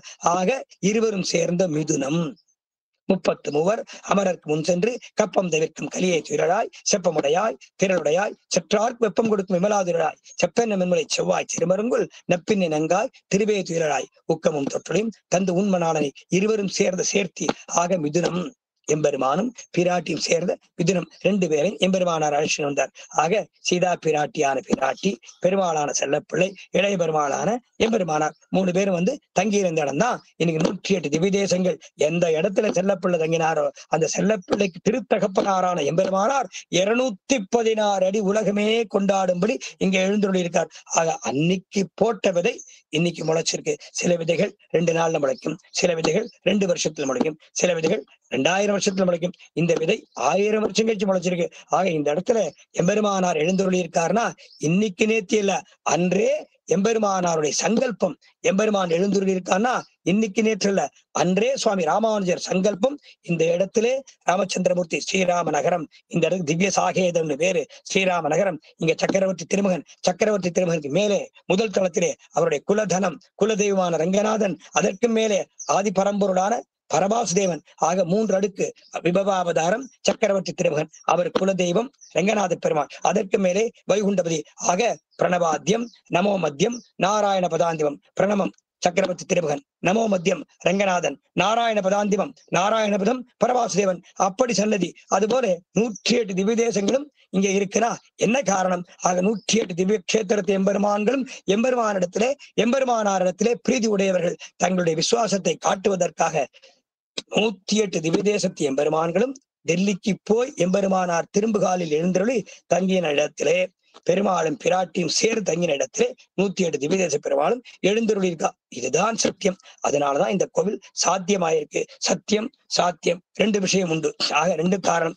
ஸ்ரீமத் பரமஹம்ச பரிவராஜகாச்சாரியரான வானமாமலை 30வது வட்டம் கலியன் வானமாமலை ராமானுஜ ஜீயர் சுவாமி 2004 2005 அந்த காலகட்டங்களிலே திருமலை திருப்பதி விஷயமாக இங்க சர்வ வைஷ்ணவ சங்கோஷ்டி ஸ்ரீமத் பரமஹம்ச சின்னஜீயர் சுவாமி ஏற்பாடு செய்திருந்த பொழுது இந்த இடத்தை கிட்டத்தட்ட ஒரு 100 ஏக்கர் இடத்தை ஒரு வைஷ்ணவர் சின்னஜீயர் சுவாமி திருவடி சம்பந்தம் பெற்றவர் சுவாமிக்கு அர்ப்பணம் பண்ணார். சுவாமி இதை எம்பெருமானாருக்கு அர்ப்பணம் பண்ணார். இது எம்பெருமானாருடைய பூமின்னு சொன்னார். அப்போ வானமாமலை 30வது வட்டம் சுவாமி கேட்ட, இந்த இடம் காடா இருக்கு, நகரம் எங்கேயோ இருக்கு, நகரத்தோடு தள்ளின காடா இருக்கே, நகரத்துக்கு பக்கத்துல இடம் இருந்தா இந்த சம்பிரதாயத்துக்கு எவ்வளவு டெவலப்மெண்ட் பண்ணலாமே என்று சாதிச்சார். அதற்கு ஸ்ரீமத் பரமஹம்ச சின்னஜீயர் சுவாமி சொன்ன பதிலானது, சுவாமி தேவரீரை போன்ற மகான்கள் திருவடி ஸ்பர்சத்தாலே எத்தனையோ ஸ்ரீ வைஷ்ணவர் பாததூரிப்படுவதாலே இது மகாட்சேத்திரம் என்றார். அது காரணம் எம்பெருமானார் எழுந்தருளி இருந்த காரணத்தினால்தான் இந்த இடத்துல இத்தனை மகான்கள் திருவடிபடக்கூடிய பிராப்தம் கிடைச்சது. எம்பெருமானார் டெல்லிக்கு எழுந்தருளும் போது 4 மாசம் எழுந்தருளி சாதுர்மாசியம் அனுஷ்டித்த இடம் ஸ்ரீராம நகரம். அது ராமர் சன்னதி ஆச்சு. டெல்லிக்கு போய் செல்லப்பிள்ளையையும் துலுக்க நாச்சியாரையும் இருவரையும் சேர்த்து அழைத்து கொண்டு வந்து மறு வருஷம் தங்கினாரோ இல்லையோ அந்த இடம் தான் 108 திவ்யதேசங்கள் 2ம் அருகிலே இருக்கு. ஆக விதை போட்டாத்தான் செடி முளைக்கும்னு தெரிகிறது. விதை இல்லாமல் செடி முளைக்காது. அன்று எம்பெருமானார் போட்ட விதை இன்னைக்கு நடக்கிறது. அதுபோல இங்கே ஆளவந்தாருடைய ராஜபிளவைங்கிற வியாதியை மாரநேர நம்பி தான் தானம் வாங்கிக்கலான்னு ஆச்சாரி பிரசாதமா ஏத்துக்கலான்னு ஆளவந்தார் சன்னதிக்கு போறார், திருமாளிகைக்கு போறார். ஆளவந்தாருக்கு கைங்கரியம் பண்றார், கைகால்களை பிடிச்சு கைங்கரியம் பண்றார். ஆளவந்தார் ரொம்ப கண் அசந்து திருக்கண் வளர்ந்தருளினார். அப்படியும் திருவாலவட்ட கைங்கரியம் பண்ணிட்டு இருக்கார். நடுவில் ஆளவந்தாருக்கு கொஞ்சம் நித்திரை கலைஞ்சு முழிப்பு வந்தது. நம்பி இன்னுமா நீர் உறங்கச் செல்லவில்லை, ஏன் இங்கே எழுந்திருக்கு போய் உறங்கச் செல்லும் என்று சொன்னாராம். நம்பி கேட்டார், சுவாமி அடியனுக்கு தேவரையுடைய பிரசாதம் வேணும், தேவருடைய பரம பாக்கியமான பிரசாதம் வேணும், அதற்காக காத்து கொண்டிருக்கேன்னாராம். என்ன பிரசாதம் வேணும் கேளு, நீ என்ன கேட்டாலும் தரேன்னார். மாரநேர நம்பியை பார்த்து, மாரநேர நம்பி எதை கேட்டாலும் தருகிறேன், உனக்கு என்ன பிரசாதம் வேணும் கேளு தரேன்.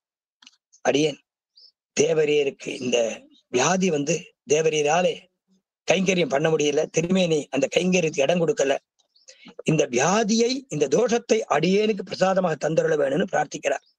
ஆள வந்தாரோ என்ன சொன்னார்? நீர் எதை கேட்டாலும் தருகிறேன் வாக்தானம் பண்ணிட்டார். சொன்ன வார்த்தையை மாறப்படாது. நம்பியோ இந்த ராஜபுலவி இந்த தோஷத்தை இந்த வியாதி அடியனுக்கு ஆச்சாரிய பிரசாதமாக தந்திரல் வேணும் பிரார்த்திக்கிறார். பிரார்த்திச்சவரோ பரம போக்கியமானவர், பரம பாக்கியமான சிஷ்யர். மாறநேரை நம்பிய போல ஒரு சிஷ்யரை பார்க்க முடியாது, ஆளவந்தாரை போலே ஒரு ஆச்சாரியனை பார்க்க முடியாது. உதாரணம் சொல்லலாம். அப்படிப்பட்டவர் கேட்டுட்டார். ஆளவந்தார் இல்லையேன்னு சொல்ல முடியல. நம்பி, இதனுடைய கொடுமை, இதனுடைய கடுமை, இதனுடைய வேதனை உனக்கு தெரியலன்னு நினைக்கிறேன். நான் தரமாட்டேன். நீ வேதனைப்படப்படாது. நீ உயர்ந்த சிஷ்யன், நீ உத்தம சிஷ்யன். நான் பட்ட வேதனை நீ படக்கூடாதுனார். நம்பி கையை கூப்பினார். அடியேனுக்கு ஆச்சாரிய பிரசாதமாக தந்தருள வேணும்னு அடியன் பிரார்த்திச்சேன். தேவரி வாக்தானம் பண்ணிடு, தேவர் வார்த்தை தவறாமல் அடியனுக்கு தந்தருள வேணும்னார். வேற வழி இல்லாமல் தன்னுடைய வியாதியை மாரநேர நம்பிக்கை ஆள வந்தார் பிரசாதமாக கொடுத்தார். ஆள வந்தாருக்கு குணமாயிடுத்து. ஆள வந்தார் திருமேனி பாங்காக எழுந்தருளை கைங்கரியத்துக்கு வந்துட்டார். அந்த வியாதி மாரநேர நம்பிக்கை வந்துடுத்து. மாரநேர நம்பி உடம்புல பூரா புண் வந்துடுத்து, புழு புழுக்கிறது. அவ பந்துக்களை அவர் தள்ளி வச்சுட்டா. பெரிய நம்பி சுவாமி எம்பெருமானாருக்கு பஞ்சசம்ஸ்காரம் பண்ணி வைத்த பெரிய நம்பி என்ற பெரிய மகான், அந்தன குலத்திலே பிறந்தவர், கற்றறிந்தவர், அனுஷ்டாதா, மகாஜானி. இவர் போய் மாரநேர நம்பி திருமாளிகைக்கு போய் மாரநேர நம்பியை உடைய சிரசை தன் மடியிலே போட்டுக்கொண்டும் அவரோட உடம்புல உள்ள வியாதிக்கு மருந்து போட்டுவிட்டு அந்த புழுவை தன் கையாலே புஷ்பத்தாலே எடுத்து புண்ணுக்கு மருந்து போட்டு அந்த புண்ணை ஆத்தினார். ஆக அந்தன குலத்திலே பிறந்த பெரிய நம்பி என்ற மகாபூர்ணர், மாரநேரி நம்பி என்ற ஹரிஜன குலத்திலே பிறந்த உத்தமமான ஸ்ரீ வைஷ்ணவரை அவர் வியாதியிலே படுத்து துன்பப்படும் பொழுது தன்னுடைய மடியிலே போட்டும் அவருடைய வியாதிக்கு மருந்து போட்டு விட்டார். அவருக்கு உணவு கொடுத்தார். அவருக்கு எல்லா விதமான அடிமைகளையும் பண்ணினார். உத்தம ஆச்சாரியரான பெரிய நம்பி. ஒரு நாள் மாரநேரி நம்பி பரமபதம் எழுந்துள்ளிட்டார். ஆச்சாரியன் திருவடி சேர்ந்துட்டார். இந்த விஷயம் தெரிஞ்சது. செல்வ நம்பி போனார். தன் திருக்குமாரத்தியோடு போனார். மாரநேரி நம்பிக்கு பிரம்மவேத சம்ஸ்காரம் பண்ணார். வேதாந்த சாஸ்திரங்களிலே கற்றவர்களான மிக உயர்ந்தவர்களான சான்றோர்களுக்கும் ஆன்றோர்களுக்கும் ஆச்சார சீலர்களான பிராமணோத்தமர்களுக்கும் பண்ணக்கூடிய அந்திம கால கைங்கரியம், சரம கைங்கரியமான பிரம்மவேத சம்ஸ்காரம் என்ற மிக உயர்ந்த கைங்கரியத்தை ஹரிஜன குலத்திலே பிறந்தவரான மாரநேரி நம்பிக்கு திருக்கோஷ்டியூர் நம்பியை சாட்சியாக வைத்துக் கொண்டு எம்பெருமானாருடைய ஆச்சாரியரான பெரிய நம்பி மாரநேரி நம்பிக்கு அந்திம சம்ஸ்காரம் பண்ணி வச்சார். பிரம்மவேத சம்ஸ்காரம் பண்ணி வச்சார். திருக்கோட்டியூர் நம்பி, திருவரங்க பெருமாள் அரியர், திருமாலின் சோழ திருமாலை ஆண்டார் முதலான மகான்கள் ஆகியோர்களை உடன் வைத்துக் கொண்டு பெரிய நம்பி ஆகிய மகான் மாரநேரி நம்பிக்கு அந்திம சம்ஸ்காரம் பண்ணி வச்சார். பிரம்மவேத சம்ஸ்காரம் பண்ணி வச்சார். மாரநேரி நம்பி திருநாட்டிற்கு நடந்தார்னு சொன்னார். அப்போ எப்பேற்பட்ட தியாகம்! இதுதான் சனாதனம். பிராமண குலத்திலே பிறந்தவர், ஆச்சார சீலர், உயர்ந்த ஆச்சாரியன், சுவாமி ராமானுஜருக்கே ஆச்சாரியன். அப்படிப்பட்ட பெரிய நம்பி என்ற மகான் ஹரிஜன குலத்திலே பிறந்தவருக்கு அவர் வியாதியிலே கஷ்டப்படும் போது தன் மடியிலே அவரை கடத்தி அவருக்கு மருந்து போட்டு விட்டு அவர் முக்தி அடைந்த பிறகு அவருக்கு பிரம்மவேத சம்ஸ்காரம் என்கின்றதான பிராமணோத்தமர்களுக்கு வேதம் வல்லவர்களான பெரிய சான்றோர்களுக்கு பண்ணக்கூடிய சம்ஸ்காரங்களை அந்திம கிரியையை செய்து வைத்தார். இதுதான் சனாதனம். இது வேற யாராவது பண்ணுவாளா? இந்த காலத்திலே அந்த காலத்தில் நடந்து காட்டினார்கள். பழக்கத்தாலும் வழக்கத்தாலும் ஒழுக்கத்தாலும் சீரத்தாலும் உயர்ந்தவர் மாரநேரி நம்பி. அவர் ஜாதி கொண்டு அவரை பார்க்க கூடாது. ஆளவந்தாருடைய திருவடி சம்பந்தம் பெற்றவர், நம் ஆச்சாரியரான திருவடி சம்பந்தம் பெற்றவர், நம்மை காட்டிலும் உயர்ந்தவர் என்று சொல்லி அவருக்கு பிரம்மவேத சம்ஸ்காரம் பண்ணி வச்சார். மாரநேரி நம்பி திருநாட்டிற்கு நடந்தார் என்று சொன்னார். இந்த வைபவங்களை பூரா எழுதி வச்சவர்கள் அந்தணர்கள். இந்த பிராமணர்கள் நினைச்சிருந்தா இதை மறைச்சிருக்கலாமே. திருப்பான ஆழ்வாரே ஒரு பிராமணர் தோல்ல தூக்கிட்டு வந்து கோவிலுக்கு கொண்டு இறக்கி விட்டார். திருப்பான ஆழ்வார் வைபவம் பார்த்தோம். இதை மறைச்சிருக்கலாமே. திருப்பான ஆழ்வார் வேற குலத்தை சார்ந்தவர் சொல்லி ஜாதியை மாற்றம் பண்ணிருக்கலாமே. பண்ண மாட்டார்கள். அன்னைக்கு எந்த குலத்திலே எந்த ஜாதியிலே பிறந்தாலும் யார் ஒருவருக்கு ஆச்சாரிய கடாட்சத்தாலே எம்பெருமானுடைய பரம கருணை கிடைக்கிறதோ, எம்பெருமானுடைய திரு அருளுக்கு இலக்காகிறார்களோ அவர்களே உயர்ந்தவர்கள் என்று காட்டினார்கள் இந்த பெரியவர்கள். இதுதான் சனாதனம். அப்படிப்பட்ட மகான் பெரிய நம்பி, அப்படிப்பட்ட மகான் மாரநேரி நம்பி. அதுபோல ஏற்ற கலங்கள் எதிர்வங்கி மீதளிப்ப ஆற்றாதே பால் சொரியும் வள்ளல் பெரும்பசுக்கள் ஆற்றப்படைத்தான் சுவாமி ராமானுஜர். ஆற்றப்படைத்தான் மகன் செல்வப்பிள்ளையான பெருமான். ஒரு நாயகமாய் ஓட உலகுடன் ஆண்டவர் திறனாய் கவர்ந்த காலர் சிதகிய பானே பெருநாடு காண மேலே பிச்சுதாம்குழுவர் திருநாரணந்தாள் காலம்பெற சிந்தித்துமினோன்னு சுவாமி எம்பெருமானாராலே கொண்டாட பெற்றவர். ஆற்றப்படைத்தான் எம்பெருமானார், ஆற்றப்படைத்தான் மகன் செல்லப்பிள்ளையான திருநாராயணபுரம் பெருமாள். ஆற்றப்படைத்தான் மகனே அறிவுராய் ஊற்றமுடையாய் பெரியாய் உலகினில் தோற்றமாய் நின்ற சுடரே துழலாய் தன் அடியாரலை காப்பாற்றுவதிலே ஊற்றமுடையவன் திரள் உடையவன் ஊற்றமுடையாய் பெரியாய் எல்லோருக்கும் பெரியவன் சர்வசுவாமி சகல புவனங்களுக்கும் அதிபதி புவனேஸ்வரன் சகலலோக நாயகன் சகல லோகங்களுக்கும் அதிபதி எல்லோருக்கும் பெரியவன் ஊற்றமுடையாய் பெரியாய் பிரம்மருத்தர் இந்திராதிகளுக்கும் அந்தராத்மாவானவன் பிரம்மருத்தர் இந்திராதிகளையும் சிருஷ்டித்தவன் ஆக எல்லோருக்கும் பெரியவன் சொன்ன வார்த்தை தவறாதவன். பெரியவன் என்றால் பழக்கத்தால் சிறந்தவனாக இருக்க வேண்டும், சீலத்தால் சிறந்தவனாக இருக்க வேண்டும், சொல்லும் செயலும் ஒத்த தர்மத்தை கடைபிடிக்கக்கூடியவனாக இருக்க வேண்டும். அப்படிப்பட்ட எம்பெருமானாட்சி அந்த பெருமாள். அதனால ஊற்றமுடையாய் பெரியாய் உலகினில் தோற்றமாய் நின்ற சுடரே, உலகினில் தோற்றமாய் நின்ற சுடரே. இன்னைக்கு பார்க்கிறோம், மேல்கோட்டை போறோம், செல்வப்பிள்ளையை பார்க்கிறோம். செல்வப்பிள்ளையை பார்த்தாச்சுன்னா என்ன ஞாபகத்துக்கு வரணும்? செல்வப்பிள்ளை இங்க இல்ல, முஸ்லிம் ராஜாக்கள் அந்த கோவிலை இடித்தார்கள், இங்குள்ள சொத்துக்களையும் விக்கிரகங்களையும் பெருமாள் திருமேனிகளையும் களவாடி சென்று டெல்லி ராஜாவிடத்திலே ஒப்படைத்தார்கள், பரிசாக கொடுத்தார்கள். சுவாமி ராமானுஜர் திருவரங்கத்திலே இருந்து மேல்கோட்டைக்கு வந்தார். மேல்கோட்டையிலே சில தினங்கள் தங்கியிருந்தார். மேல்கோட்டையில் வாழ்ந்தவர்களான மக்கள், விவசாய மக்கள் ராமானுஜரிடத்திலே கைங்கரம் பண்ணி அவரை சேவித்தார்கள். நீங்கள் யார் என்று கேட்டார். நாங்கள் தாழ்ந்தவர்கள், நாங்கள் தாழ்ந்த குலத்தை சார்ந்தவர்கள் சொன்னா. பெருமாளை சேவிச்சிருக்கேளா? நாங்கள் சேவிச்சது கிடையாது, ஊருக்குள்ளே புகக்கூட எங்களுக்கு அதிகாரம் கிடையாது என்று சொன்னார்கள். நாங்கள் தாழ்ந்த ஜாதி என்று சொன்னார்கள். ஐயோ தாழ்ந்த ஜாதியா என்று ராமானுஜர் திருவுள்ளத்திலே மிகவும் நொந்து, நீங்கள் தாழ்ந்த ஜாதி கிடையாது, மிகவும் உயர்ந்தவர்கள், திருக்குலத்தார் பேர் வச்சார். ஆக அவர்களை அழைத்து கொண்டு மூலவர் திருநாராயண பெருமாள் ராமானுஜர் சேவை பண்ணி வச்சார். அப்போ நம்ம பெருமாளை சேவிச்சா தரிசனம் தான், ஆச்சாரியின் மூலமா சேவிச்சா தான் மகா தரிசனம். ஆக ஆச்சாரியின் திருவடி துணை கொண்டு பெருமாளை சேவிக்கணும் இல்லையோ, அந்த கிரமத்தை அனுபவிக்கக்கூடிய மிகப்பெரிய பிராப்தம் யாருக்கு கிடைச்சது? அந்த திருக்குலத்தாருக்கு தானே கிடைச்சது. அவர்களே பெரிய பாக்கியவான்கள். திருக்குலத்தார் ராமானுஜர் சேவை பண்ணி வச்சார். உங்களுக்கு என்ன வேணும்னு கேட்டார். இவ தங்கத்தை கொடு, பொண்ணை கொடு, பொருளை கொடுன்னு கேட்கிற. நாங்க கோவில்ல போய் சாமியை பார்க்கறத விட எங்களை பார்க்க ஒரு சாமி வரும். இப்ப நம்ம கோவில்ல போய் பெருமாளை பார்க்கிறோம்னு வச்சுக்கோ, நம்ம வைஷ்ணவர்கள். பெருமாள் நம்மை பார்க்க வந்தால் நாம் ஸ்ரீ வைஷ்ணவர்கள். ராமானுஜர் பார்த்தார், நீங்கள் இதுவரைக்கும் கோயிலுக்கு போல, இன்னைக்கு தான் வந்தேன். இன்னைக்கு என்ன கேட்டேன்? உங்களுக்கு என்ன வேணும்னு கேட்டேன். யாரும் நிலங்கூடுன்னு கேட்கல, தங்கம் கேட்கல, வீட்டை கட்டி கொடுன்னு கேட்கல. எங்களை பார்க்க ஒரு சாமி வரும், அந்த சாமி டெல்லியில இருக்கு, அந்த சாமி எனக்கு வாங்கி கொடுங்கன்னு கேட்டீங்களோ இல்லையோ. இதுதான் தர்மம். இதுதான் இந்த மங்களாசாசனத்தை தான் பெருமாள் ஆசைப்பட்டு ஏற்கின்றான். இந்த மங்களாசாசனத்தினாலே தான் பெருமாள் இன்றளவும் திவ்ய கஷேத்திரங்களிலே சந்தோஷமா இருக்கான். எந்த ஜாதியா இருந்தா என்ன, எந்த மதமா இருந்தா என்ன, அவன் எம்பெருமானார் திருப்படிகளிலே விசுவாசத்தோடு எம்பெருமானுக்கு பல்லாண்டு பாடுவானேயானால் எம்பெருமான் ஆனந்தம் அடைகிறான், பேரானந்தம் அடைகிறான். அந்த மங்களாசாசனம் பண்ணக்கூடிய பிராப்தம் தான் ஸ்ரீ வைஷ்ணவர்கள் கிடைத்த பெரிய கிஃப்ட், பெரிய பரிசாருது. பெரிய பரிசா இல்லையா? யாம்பர் சன்மானம் சொல்றாரு இல்லையா? இந்த மங்களாசாசன பலன் தான். ஆக அந்த வைபவம் அப்படியே ஞாபகத்துக்கு வரணும். இன்னைக்கு மேல்கோட்டை பெருமாளை செவிக்கும் போது உலகினில் தோற்றமாய் நின்ற சுடரே என்று அர்ச்சாமூர்த்தியான எம்பெருமானை ஆண்டாள் நாச்சியார் காட்டி கொடுத்தார். பெரிய பெருமாளை சேவிக்கிறோம், ரங்கநாதன் சேவிக்கும் போது ரெங்கா ரெங்கா என்ன அழகு என்ன அழகுன்னு சேவிக்கிறோம். அது மட்டும் ஞாபகத்துக்கு வந்தா போறாது. 12,000 பேர் தன் உயிரை தியாகம் பண்ணாலும் 12,000 பேரை வெட்டி கொண்டு கொள்ளிடத்தில் வீசினார்களே அந்த அந்நிய தேசத்தை சார்ந்தவர்கள். அந்த 12,000 பேர் பண்ணின தியாகம், பிள்ளைலோகாச்சாரியார் பண்ணின தியாகம், திருவாய்மொழி பிள்ளை பண்ணின தியாகம், கூர குலோத்தமதாசர் பண்ணின தியாகம், திருக்கண்ணமங்கை ஆண்டான் பண்ணின தியாகம், இப்படிப்பட்ட மகாச்சாரியர்கள் பண்ணின தியாகம், 12,000 பேர் உயிரை கொடுத்து தியாகம் பண்ணாலே அவர்கள் பண்ணின தியாகம்.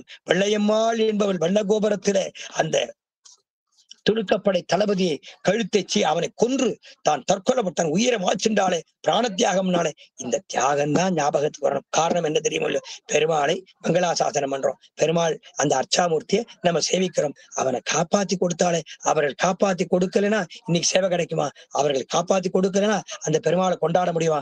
அவர்கள் காப்பாத்தி கொடுக்கலனா 500 டிக்கெட்டு, 5000 டிக்கெட்டு, 10,000 டிக்கெட்டு, 10,000 பேர், 1,00,000 பேர் பரமது வாசல் நுழைஞ்சு இத்தனை பணம் செலவழிச்சு நுழைஞ்சு அந்த பெருமாளை ரங்காரங்கான சேவிக்க முடியுமா? முடியாது.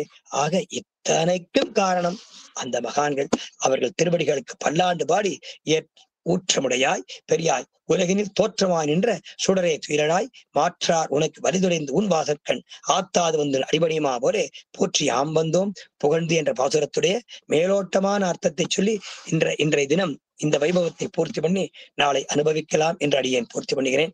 நேற்று திருவரங்கத்திலே பெரிய பெருமாளை சேவித்து அங்கிருந்து பிரசாதங்களை எழுந்திரள பண்ணி இங்கே சொர்ண ராமானுஜர் ஸ்ரீராம நகரத்திலே 108 திவ்ய கஷேத்திரத்தை எம்பெருமான்கள் சுற்றி விளங்க நடுவிலே நடுநாயகமாய் திகழக்கூடிய சுவாமி எம்பெருமானாருக்கு சமர்ப்பிக்கக்கூடிய பிராப்தம் பிரத்யக்ஷ எம்பெருமானாராகிய ஸ்ரீமத் பரமஹம்ச பரிவிராஜகாச்சாரிய ஸ்ரீ ஸ்ரீ ஸ்ரீ ஸ்ரீமன் நாராயண ராமானுஜ சின்னஜியர் சுவாமி பிரசாதங்களை சமர்ப்பிக்கக்கூடிய பிராப்தம் கிடைக்க பெற்று இந்த பிராப்தம் உங்கள் எல்லாருக்கும் பலன் கொடுக்கும் என்று சொல்லி அடியார்கள் திருவடிகளுக்கு பல்லாண்டு பாடி அமைகிறேன். அடியார்கள் வாழ, அரங்கநகர் வாழ, சடகோபன் தன் தமிழ் நூல் வாழ, கடல் சூழ்ந்த மண்ணுலகம் வாழ, கடவாள மாமுனியே இன்னும் ஒரு நூற்றாண்டிலும் ஸ்ரீமதேர் மேஜாமாத்ரு முனீந்திராய மகாத்மனே ஸ்ரீரங்க வாசினே பூயாத் நித்யஸ்ரீ நித்தியமங்கலம். ஜெய் ஸ்ரீமன் நாராயணா. ஸ்ரீமதே ராமானுஜாய நமக.